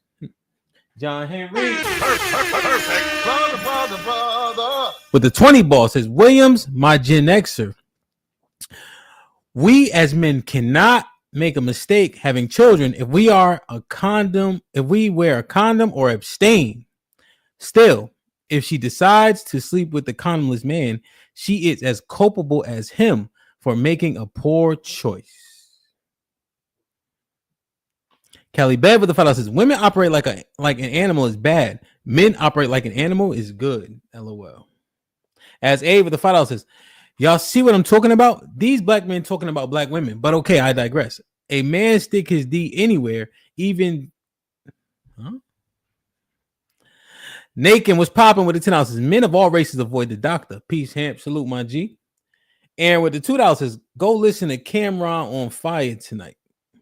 As A with the $10 says, El Castigado. So only black men need sex and can't control their urge. Black men act like it is a flex to say they gotta have sex. Real players don't talk about getting it. As A with the $2 says, the women gets the medicine for the man. Michael M with the $2. White Jason Pope infected 700 black women.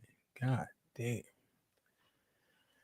As Abe with the $5, has anybody here ever filled out a survey? The Bible turned all people white. Ellipsis. What makes stats be real news?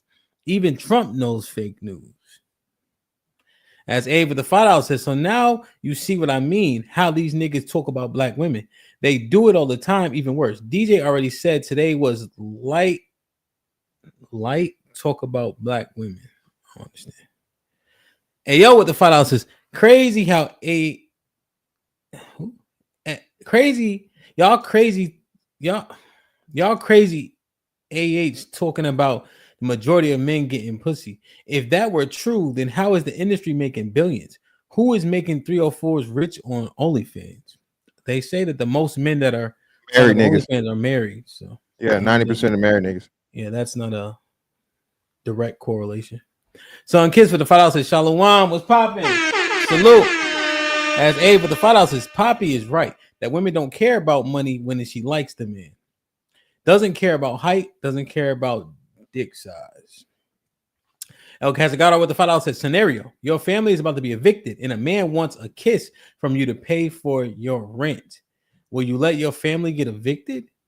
You asking us? You talking about when they got tents at Walmart? Oh, okay. Hell yeah, nigga, you bugging. I'm not kissing nobody. Matt P with the $2 says, fantastic. Do y'all job tonight. We gonna be there. Hey, you should get your winning hat, young fella. Striking it rich was popping with a 10 pounds says, corny is pretty much 80% determined by the woman, 20% determined by men. If you get bad bitches, that's 80% there. Trevor Hunter is the best player in college football, but still considered corny. Also, Russell Wilson. I think that's a good point. Ms. Bell, salute. Appreciate you for the sticker. Hakeem kicked out Poppy. He said, Blue Chew Williams can go too because I know he need a honey break. Jesus Christ, man. This might be risky. Ms. Williams will be back at 3:28. As Ava the File says, keep downing black women and you guys will grow, guys. But y'all know that already, and most do it well. The world loves you doing a jig for them. Average at best boosted him. Big Bad Boy with the $10. The average at best vid went viral as a result of women trying to cancel him. There were petitions all over the place. The initial hate of chaos is what ultimately propelled his fame. Rest in peace, Kevin Samuels. Hey, yo, with the $2 says, just because they're married, they're getting cat? Yeah, the majority of them. Yeah, the majority. But what it's just basically saying is the majority of married men are having sex and the majority of OnlyFans patrons are married. So yeah, it's a lot of sexless relationships because women try to use sex as a way to control their husband sometimes. Yeah, it's leveraged as a tool, weapon. Foe was popping. Oh, go ahead, be nice. My bad. All right, go ahead. What's up?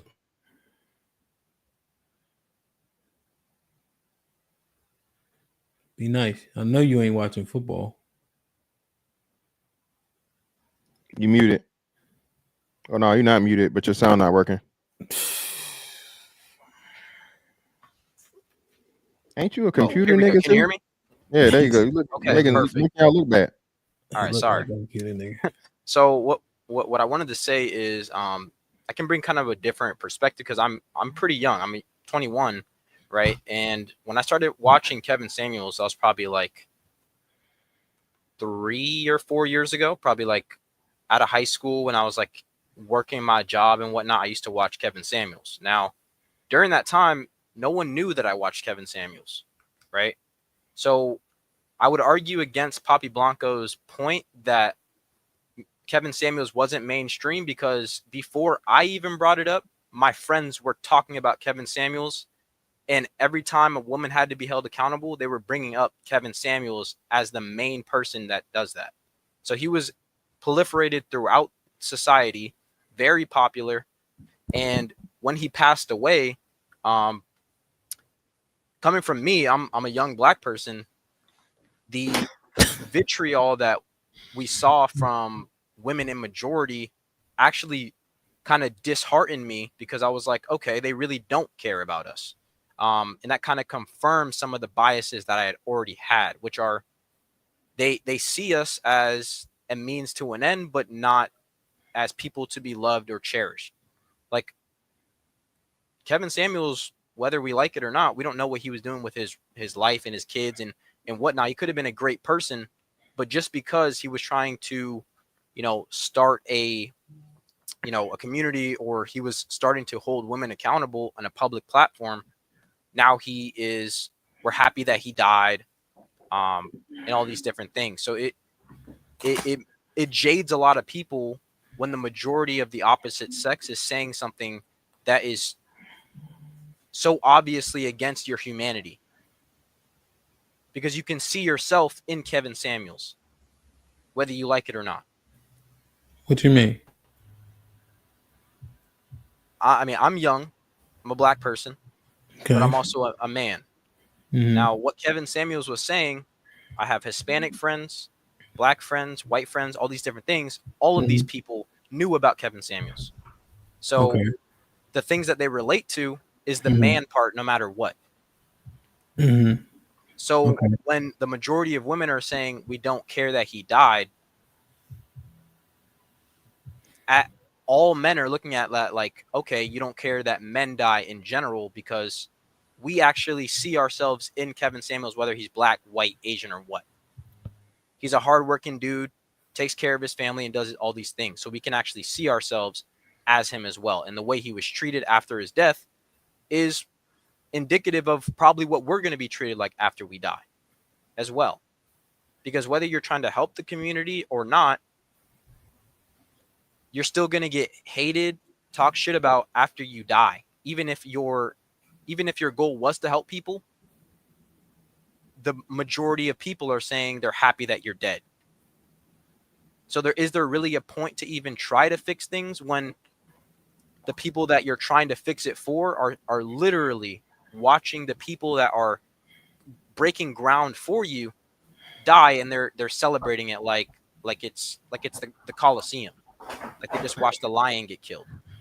So that's my 2 cents. I'm a young person. I don't know what I'm talking about. No, I wouldn't say that. I wouldn't say that you don't know what you're talking about. You're speaking from your experience and how you took it. And that's what I was trying to get people to understand. Even if you had certain conversations off of YouTube, outside, or whatever the case may be, depending on what you said, they'll be like, oh, you a Kevin Samuels follower, huh? Kevin Samuels your daddy, huh? I don't even know who this dude is at the time when they were saying that. I mean, if he's saying what I'm saying, then he must be telling the truth. Let me go find out who this dude is. And I found out that, he's trying to put families together. He's trying to, put the community back together. He's trying to get us to get out of our delusion, both men and women. He started off with the fellas, you know what I'm saying? And then, the attention came from the women. I don't think he started talking about women, but as a content creator, you're going to follow the money. Yeah. I don't know. If that's your goal, if the money is your goal, you know what I'm saying? Yeah. I'm still kind of processing what B Nice is saying. I don't see myself in Kevin Samuels, but when he died, I'm like, damn, people celebrating. That's kind of crazy. Like, you know what I'm saying? Like, disagreement or not, you know what I'm saying? That part, but I'm like, nah. What I would compare it to is like, you may see yourself like Martin Luther King in some ways, right? You think I'm turning the other cheek, nigga? I mean, I don't know. I don't know if you like Martin Luther King or not. I don't like white women. For the majority of black people, they actually like Martin Luther King for what he did and what he was doing. Yeah, we fuck with Martin Luther King, but okay, I catch your drift. so, I catch your drift. Yeah, if the crowd after I don't Martin see Luther myself, King, but you saying see yourself in that's different. I mean, if they're helping the community, are they not kind of on your side too? Like you don't. Yeah, but no, 100%. But you're saying like see myself in them. That part is okay. just Yeah, maybe okay. I can take that back. I don't see myself exactly as Kevin Samuels. I'm not like him at all. I don't wear suits like that, that are really tight. But at the end of the day, it's like if Martin Luther King got killed, and then the next day everyone was in the street square celebrating.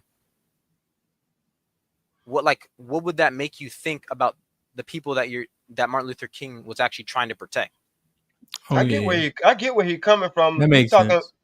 He talking about like when everybody said, or everybody was going around saying, "I am Trayvon Martin, hands up." You know what I'm saying? Don't shoot. We all felt like that person. He's saying he's identifying with being a young black man, and the young black men are having these conversations. You know what I'm saying? And it's like it's being dismissed.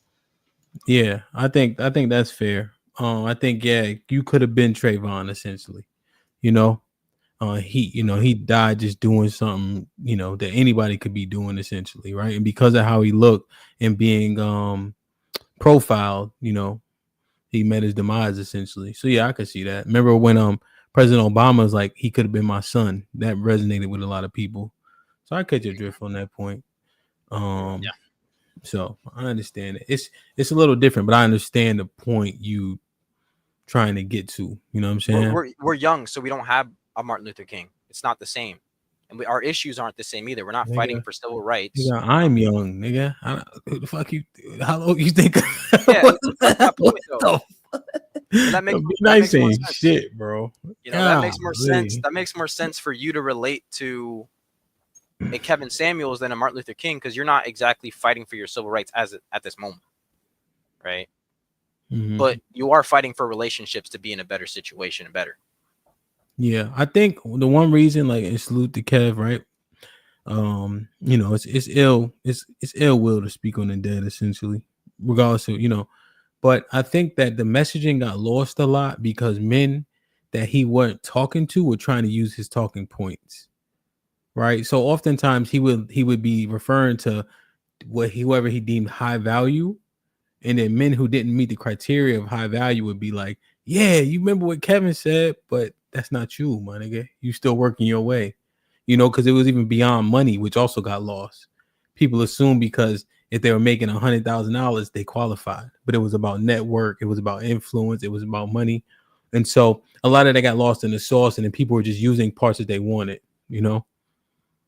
So I think that's the part. Yeah, he shouted out the blue collar workers the most though. He spoke on the high value people, but he was like, "Hold on, don't poop on the blue collar workers or your plumbers, your electricians, and you know what I'm saying?" Mm-hmm. So that's why I'm like, I don't know. The messaging got mixed up because people going off the clips, but his whole entire thing was trying to put families together. And they'll be like, "Well, you ain't married." Well, I ain't found the one that fit that criteria. I was married, and whatever happened, it ended in divorce. But we know that women can leave and don't have to have no reason. It's called no fault divorce. So it's wild, bro. Yeah, I think it's a lot. It's a lot happening, and we try. This is still my belief, and if I'm wrong or I'm being delusional. I think the majority of people want to get this shit right. I think the majority of people have a positive goal, even though we can't see it. Even though the majority of our conversations end up slightly circular, and in a feel, and I'm saying feel like we're in the same place. I think there's a small portion of people that learn something each and every time we have the conversation, even if they don't like it. I think the problem is people are so ready to voice what they don't like, as opposed to things they don't like but have to accept, right? As a business owner on Yelp, on Google, people quick to leave a bad review. With a good review, they say thank you, because it's just like, it's cool. So I'm good. If somebody asks me, I'll tell them. People often don't go out their way to say good job. And, there's been some tough things happening from people around here. And Sherelle said, be kind when you can. That's one thing that I'm gonna try to do better at. You know what I'm saying? A review for a small business go a long ass way, right? But we just forget to do the little things for the people we appreciate. Who still tips? You know? Not So I just thinking about that. I'm not saying y'all don't, but you catch my drift. Like the Uber Eats dude, right? Like leave him $1, $2, $3, right? He deliver. If everybody do that, he do 50 deliveries. That's 100 extra bucks. Right. So yeah, man. This is a good day. This is an off day for me, so it was cool, man. I'm glad we could get it done. Hink was popping. Yeah, I appreciate the conversation, bro. Yeah, no, 100%. 100%. Hink microphone kind of sounds like mine right now. Who? Hink's microphone is all messed up. I don't know what's going on with it. Mr. Williams, I think. No, is it good? My microphone good? Yeah. Now it is, yeah. That Mr. Williams had said something at the same time. I think that's what you heard. Oh, okay. Mr. Williams, say something? No, I was just saying what's up to him. Okay. Yeah, man. What's going on, brother Wick? Hey, man, shout out to that interview you had today, man. No doubt. I'm happy you're getting to do what you do, man, and doing a great job at it. So shout out to you, man. And that collab with the old lady, the missus, I thought that was much needed. I thought people need to see shit like that. You know what I'm saying? Because when you get exposed, not all marriages is all bad. You know what I'm saying? You can have fun and do things like that with your wife and everything be good and everything be positive. I know a lot of cats right here, man, look down upon marriage or like it's something bad or evil, but that's not always the case. So I appreciate you exposing and showing that so other people see the positive side. Yeah, no, 100%. I appreciate that sentiment, and it's just real life, they not mutes. You know what I'm saying? So that you wish they would be. They not mutes, feel me? So and we gotta talk through it, man. People been living in this earth a long time. We've been influenced by a lot of shit, For sure.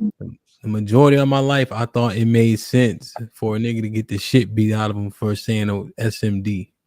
But the rest of the world don't believe that. I didn't know that. You know what I'm saying? That's crazy. I went to college, Hank. I had 7 towels because I never seen nobody reuse a towel in my life. My roommate only had 2 towels. I said, "Are you good, yo?" But this is like regular shit. But you just exposed to what you're exposed to,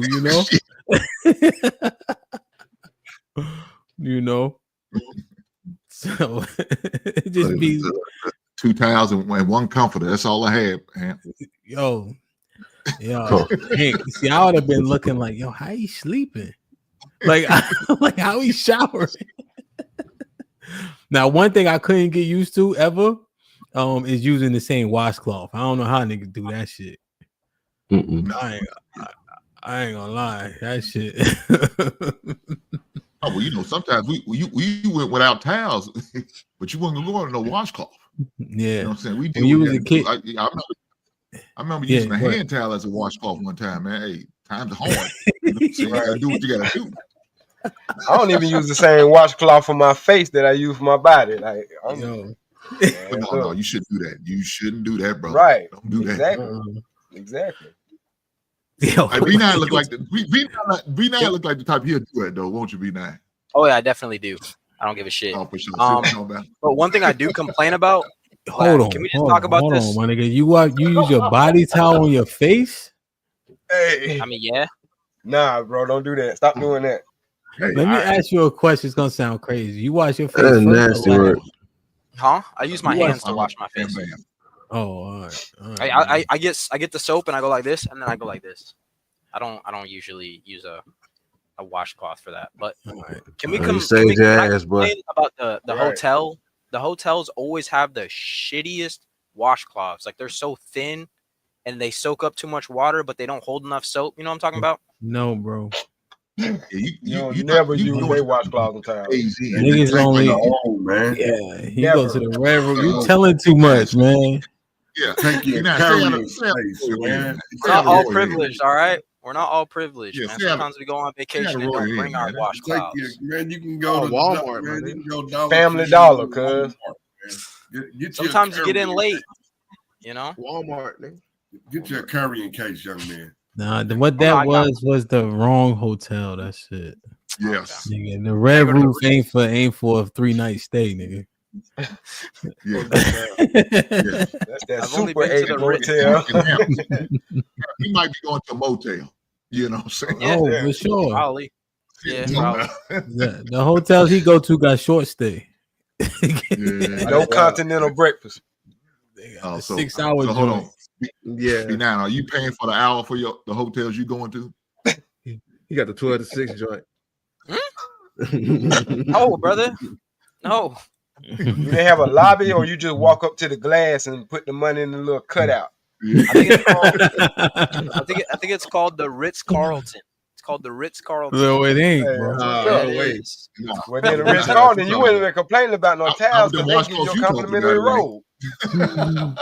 They bring them towels till you still steaming and shit out the dryer. It's called the Royal Inn where you was going at, man. That's the Royal Inn. You get them old ragged washcloths you was dealing with. Yeah, the towels in the towels in the public bathrooms at the Ritz-Carlton are nice, bro. Hell yeah. Yeah, that's true. Oh yeah, the Ritz-Carlton. That's a totally different ball game. Still in them That place towels, is bro. nice, man. That place is really nice. So Hamp, you gonna do like a week wrap up, man? Tomorrow? Tomorrow, yeah, I'm gonna wrap it. You gonna be around, or you working and shit? No, I'm off, man. Shit, I'm off till Monday, brother. Yeah, I'm gonna cook it up. I'm gonna cook it up tomorrow. I send you the link ahead of time. Just you know what I mean. Okay, for sure. I'm gonna cook it because I can't DJ, so it's just gonna be all about the week. Kind of like I used to. We actually had a good time last week because I don't usually read the chat if it's not like super. But the chat, we was literally going through everything together like the whole time. So that was a pretty dope experience, Like I'm asking questions, they answering it, they telling me nope, that's wrong, right? So on and so forth. So it was good. I tried to DJ with my shoulder sore, man. My arm was so sore after it ain't make no sense. I'm like, I don't even want it, like that shit was hurting so bad, man. Be Nice stood me up, feel me? You know what I'm saying? You gotta bring this up publicly in front of how many people? Really, man? It's only 600. Yo, Hank. Only. The nigga hit me on Instagram, text me, and put it in the chat. Hank, can I get a ticket? Blase blah. The ticket's going for $50 a head. We already sold out. All right, boom. Put them on my list. Yo, I gotta take a nap. I said, you sorry ass young nigga. God damn, B9. Hey man, I be working hard out here. All right. And I got on last. It ain't like he gotta come at the crack of the. You know what I'm saying? You could just show up, bro. I got on at 12:30. I'm only DJing from 12:30 to 2:30. Like, Damn. I'm sorry, Ham. I'm sorry. Publicly, we turning away girls so Be Nice could come. Oh, I should have been there. Damn. My bad. Sorry about that. I'll make it up to you. Atlanta. Oh, nigga, please. I ain't gonna hold my breath, brother. Speaking of that, so tickets to Atlanta. You in the Texas area? You in the Texas area? Okay. No. I was in DC. I was in DC when I DJ'd. Okay. You blurry now, Hank. Let me fix that real fast. Hold on. I should used to do that too. So yeah, we're gonna recap it. This is an off day for me, but it was good, man. Hey Stan, man, I'm glad you joined. I don't think you ever joined before, man. Salute, welcome. Yeah, usually my little brother Ron Mack be up here, but I've been checking you out ever since. I've been checking you out for a while, bro. You be doing dope content. Ron, your real brother? Yeah, that's my little bro. Yeah, that's my real brother in real life. That's my man. Ron crazy as hell. I remember one time I was joking on everybody, right? But I had got tired. And Ron hit the link at the perfect time and start flaming flaming everybody. I said I needed. I was out of gas too. That was on the day we was all sending old pictures, like baby pictures of ourselves and shit. Right. I wish I would have known, because I got a hilarious one of him. Couple of them. Yeah, he sent one from 2 years ago. Oh man, no. Yeah, I mean it was great because he had his boots wasn't shit, but other than that, I mean it was regular. He had on white, I think it was white polo boots. I said, Ron, that's disgusting. Right, straight up. But nah, I fuck with Ron heavy though. Salute. Yeah, man. That's what's up, bro. Salute to you, man. Your channel, man. This might be risky. Yes, sir. Trying our best, man. You know, trying our best. That's all we could do. For sure. Y'all should definitely join the Discord. Discord be fun, man. They be having a lot of conversation. Every time I get in there, be nice, be windmilling. Fo be talking. Mr. Williams be over talking people. I'm like, yeah, this sound about right. Sound about right. Oh, yeah. So we had Stock Club yesterday, Stan, or Stock Talk. That shit dope as hell. You know, we use Cash App as a way to kind of invest together, because you know Cash App has stocks on it, and they let you do, you know, increments. You could do $10 of a $500 stock, and so we put $50 in.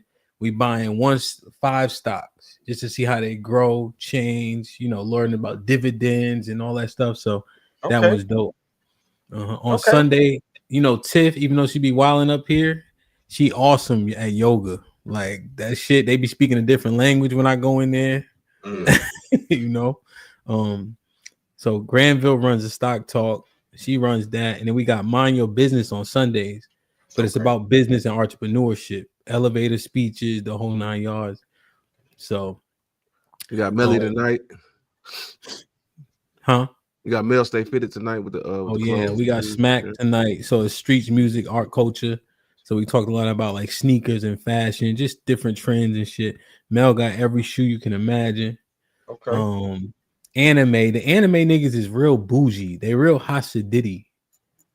Like they be like, "Oh nigga, you watch dubbed?" I'm like, "Yeah, because I don't speak Chinese." You know, but they be so condescending. Like, I can't believe you watch dubbed. I'm like, that's been a war in that community for a long time. Yeah, I be thinking, nigga, I will give you a noogie. That outweighs. Right. I mean, it's crazy because I kind of understand that. The first time I watched that movie, Bach, it wasn't even in English dub yet. So I watched it just regular, and I understood everything that was going on. And then when the English dub version came out, I'm like, man, y'all messing up phrases and all kinds of stuff. It wasn't even the same. You know why? Because they make the phrase try to match the lips, so they change it up to match the lips. Yep. But it's a cartoon, and then they told me I was unsophisticated because they's like, so they get hit right, and it go into his head.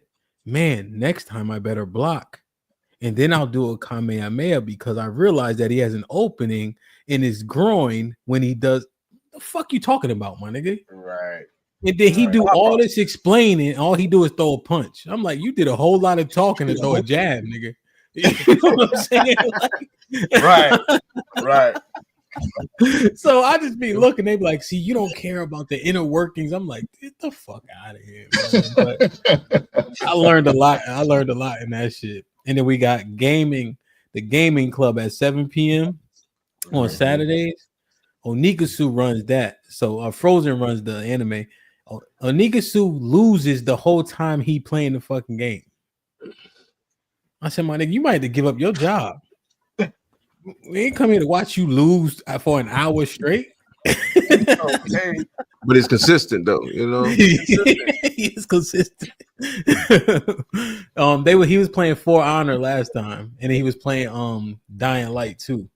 And then we got horror movie night at 8:00. Jay Ali be running that shit. I can't get into that. I can't get into horror movies, man. Then we got regular movie night on Friday or Sunday nights. We watch regular shit. We be having 2B premieres and shit. Okay. Hey, we got a movie out. what I need to do for y'all to review my movie? It's on Tubi? Yes, it is.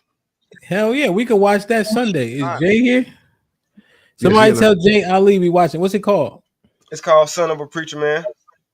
Hey, folk, can you type that down? I got you. Son of a preacher man. I got you, G. Okay. 8 p.m. in the Discord. Son of a Preacher Man. We usually average like 20 people, but if I tell you if I tell them like it's a part of the community, we'll make sure people get in there. That should be dope. One more time. What's the name? One more time. Son of a Preacher Man. Let's watch that one. Yup. And then we Cali be DJing, Homeboy Blaze be DJing, West Coast, and they do my mixes on Friday. So it's overall just good. Especially throughout the day, you at work, you working at home, just listening in different shit that's happening, you know. People definitely like building, you know what I'm saying? So it's good. Yeah, it's Son of a Preacher Man. Yeah. This that'll be the cover that they have for it. Word. Yeah, ain't no vote, Granny. We watch Son of a Preacher Man on Sunday. It's clean too, so damn, somebody's already seen it out there. I said it's good. Awesome. CJ said it. CJ being there a lot too. Awesome. Oh yes. We put it out in 2022, and up until last week, we still receiving awards and nominations for it. So, whoa, that's awesome. But, you know, I think it's a good movie because I had something to do with it. But I be wanting people's honest opinions about it. Yeah. We don't watch that shit. You know what I mean? Salute. So I'll see y'all tomorrow for sure, man. But Hank, any final thoughts?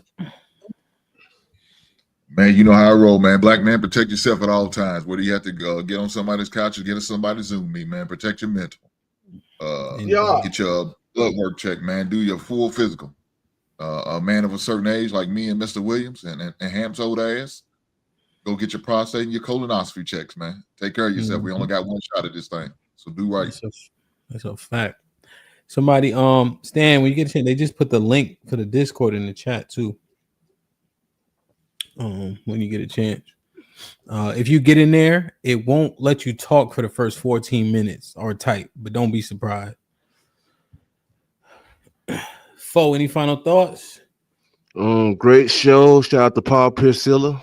And whatever else we got going on. What up to the Discord, man? Make sure y'all come in that joint. You hear me? We in that joint. You hear me? And shout out to that show for yesterday, man. I hope a lot of brothers took a lot from that. You know what I'm saying? Be able to talk to your counterpart, man. Be able to get matters situated, man, get it solved in the right manner. You know what I'm saying? Mind each other out, listen, hear each other, not just listen to respond, hear each other out, man, and make it work. You know what I'm saying? That's the person you chose to bend the rules with, do that. You know what I'm saying? Bend the rules all the way with them. You know what I'm saying? Go the extra mile to do it, you know? And today was a great conversation, you know what I'm saying? Even though people got their own take on what they got to take on, you know what I'm saying? We still got to mind that out too. And just, you know what I'm saying, decipher right from wrong and what we really know what it is to be, you know? So salute to everybody. Happy New Year to everybody, man. Be safe out here. Join the Discord. We rocking in there after this, man. For sure. Word. Mr. Williams. Great show, panel, check, hemp, dope in real life. I'm proud of you. You just keep on doing it, man. And we gonna rock out this year, man. No doubt, man. If y'all can make it to Atlanta, just based on, you know, spinning off what Mr. Williams said, make it to Atlanta, man. It's gonna be dope. We got a dope slate of events upcoming. Grind it out, man. Be nice. I think last year was a great year. But this year is going to be where everyone kind of settles in with the new things that they want to add to their life. So I think there's going to be a lot of great things happening, a lot of positive steps forward. And one thing is, don't ever kill your creative side. Like if you have a creative side, use it. Like Stan White said, he just created a movie. If you have dreams like that, actually try to make them come to fruition. No matter how small they are important, and they are the things that entertain people. So it's always important to work on the things that could potentially entertain, because that's where a lot of money is as well. So you're working both sides. Do it all. Indeed. Stan? My last words is 2025, man, year of correction. I think we need a lot of correction, but we're not going to get corrected if we keep moving the goalposts or putting blame off on somebody else instead of checking ourselves and what input that we're putting into the situation that making this community the way it is. And I digress from there. Yeah, man. I like what y'all ending with, man. I just say figure out why as opposed to why not. You'd be surprised how much that'll help you and the people around you. I'm gonna continue to say this: be kind when you can, and hold people accountable when you're supposed to. You know, shout out to Princella in terms of the business, the professionalism, the timeliness. All of that was top notch. Was no chasing, no back and forth. If anybody was slow, it was me.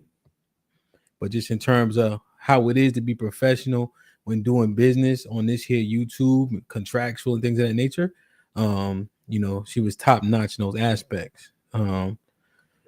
So I appreciate it. The sentiments that people have, a lot of the sentiments that make you listen to people are generally provocative. Hopefully, after they provoke you, they make sense of it.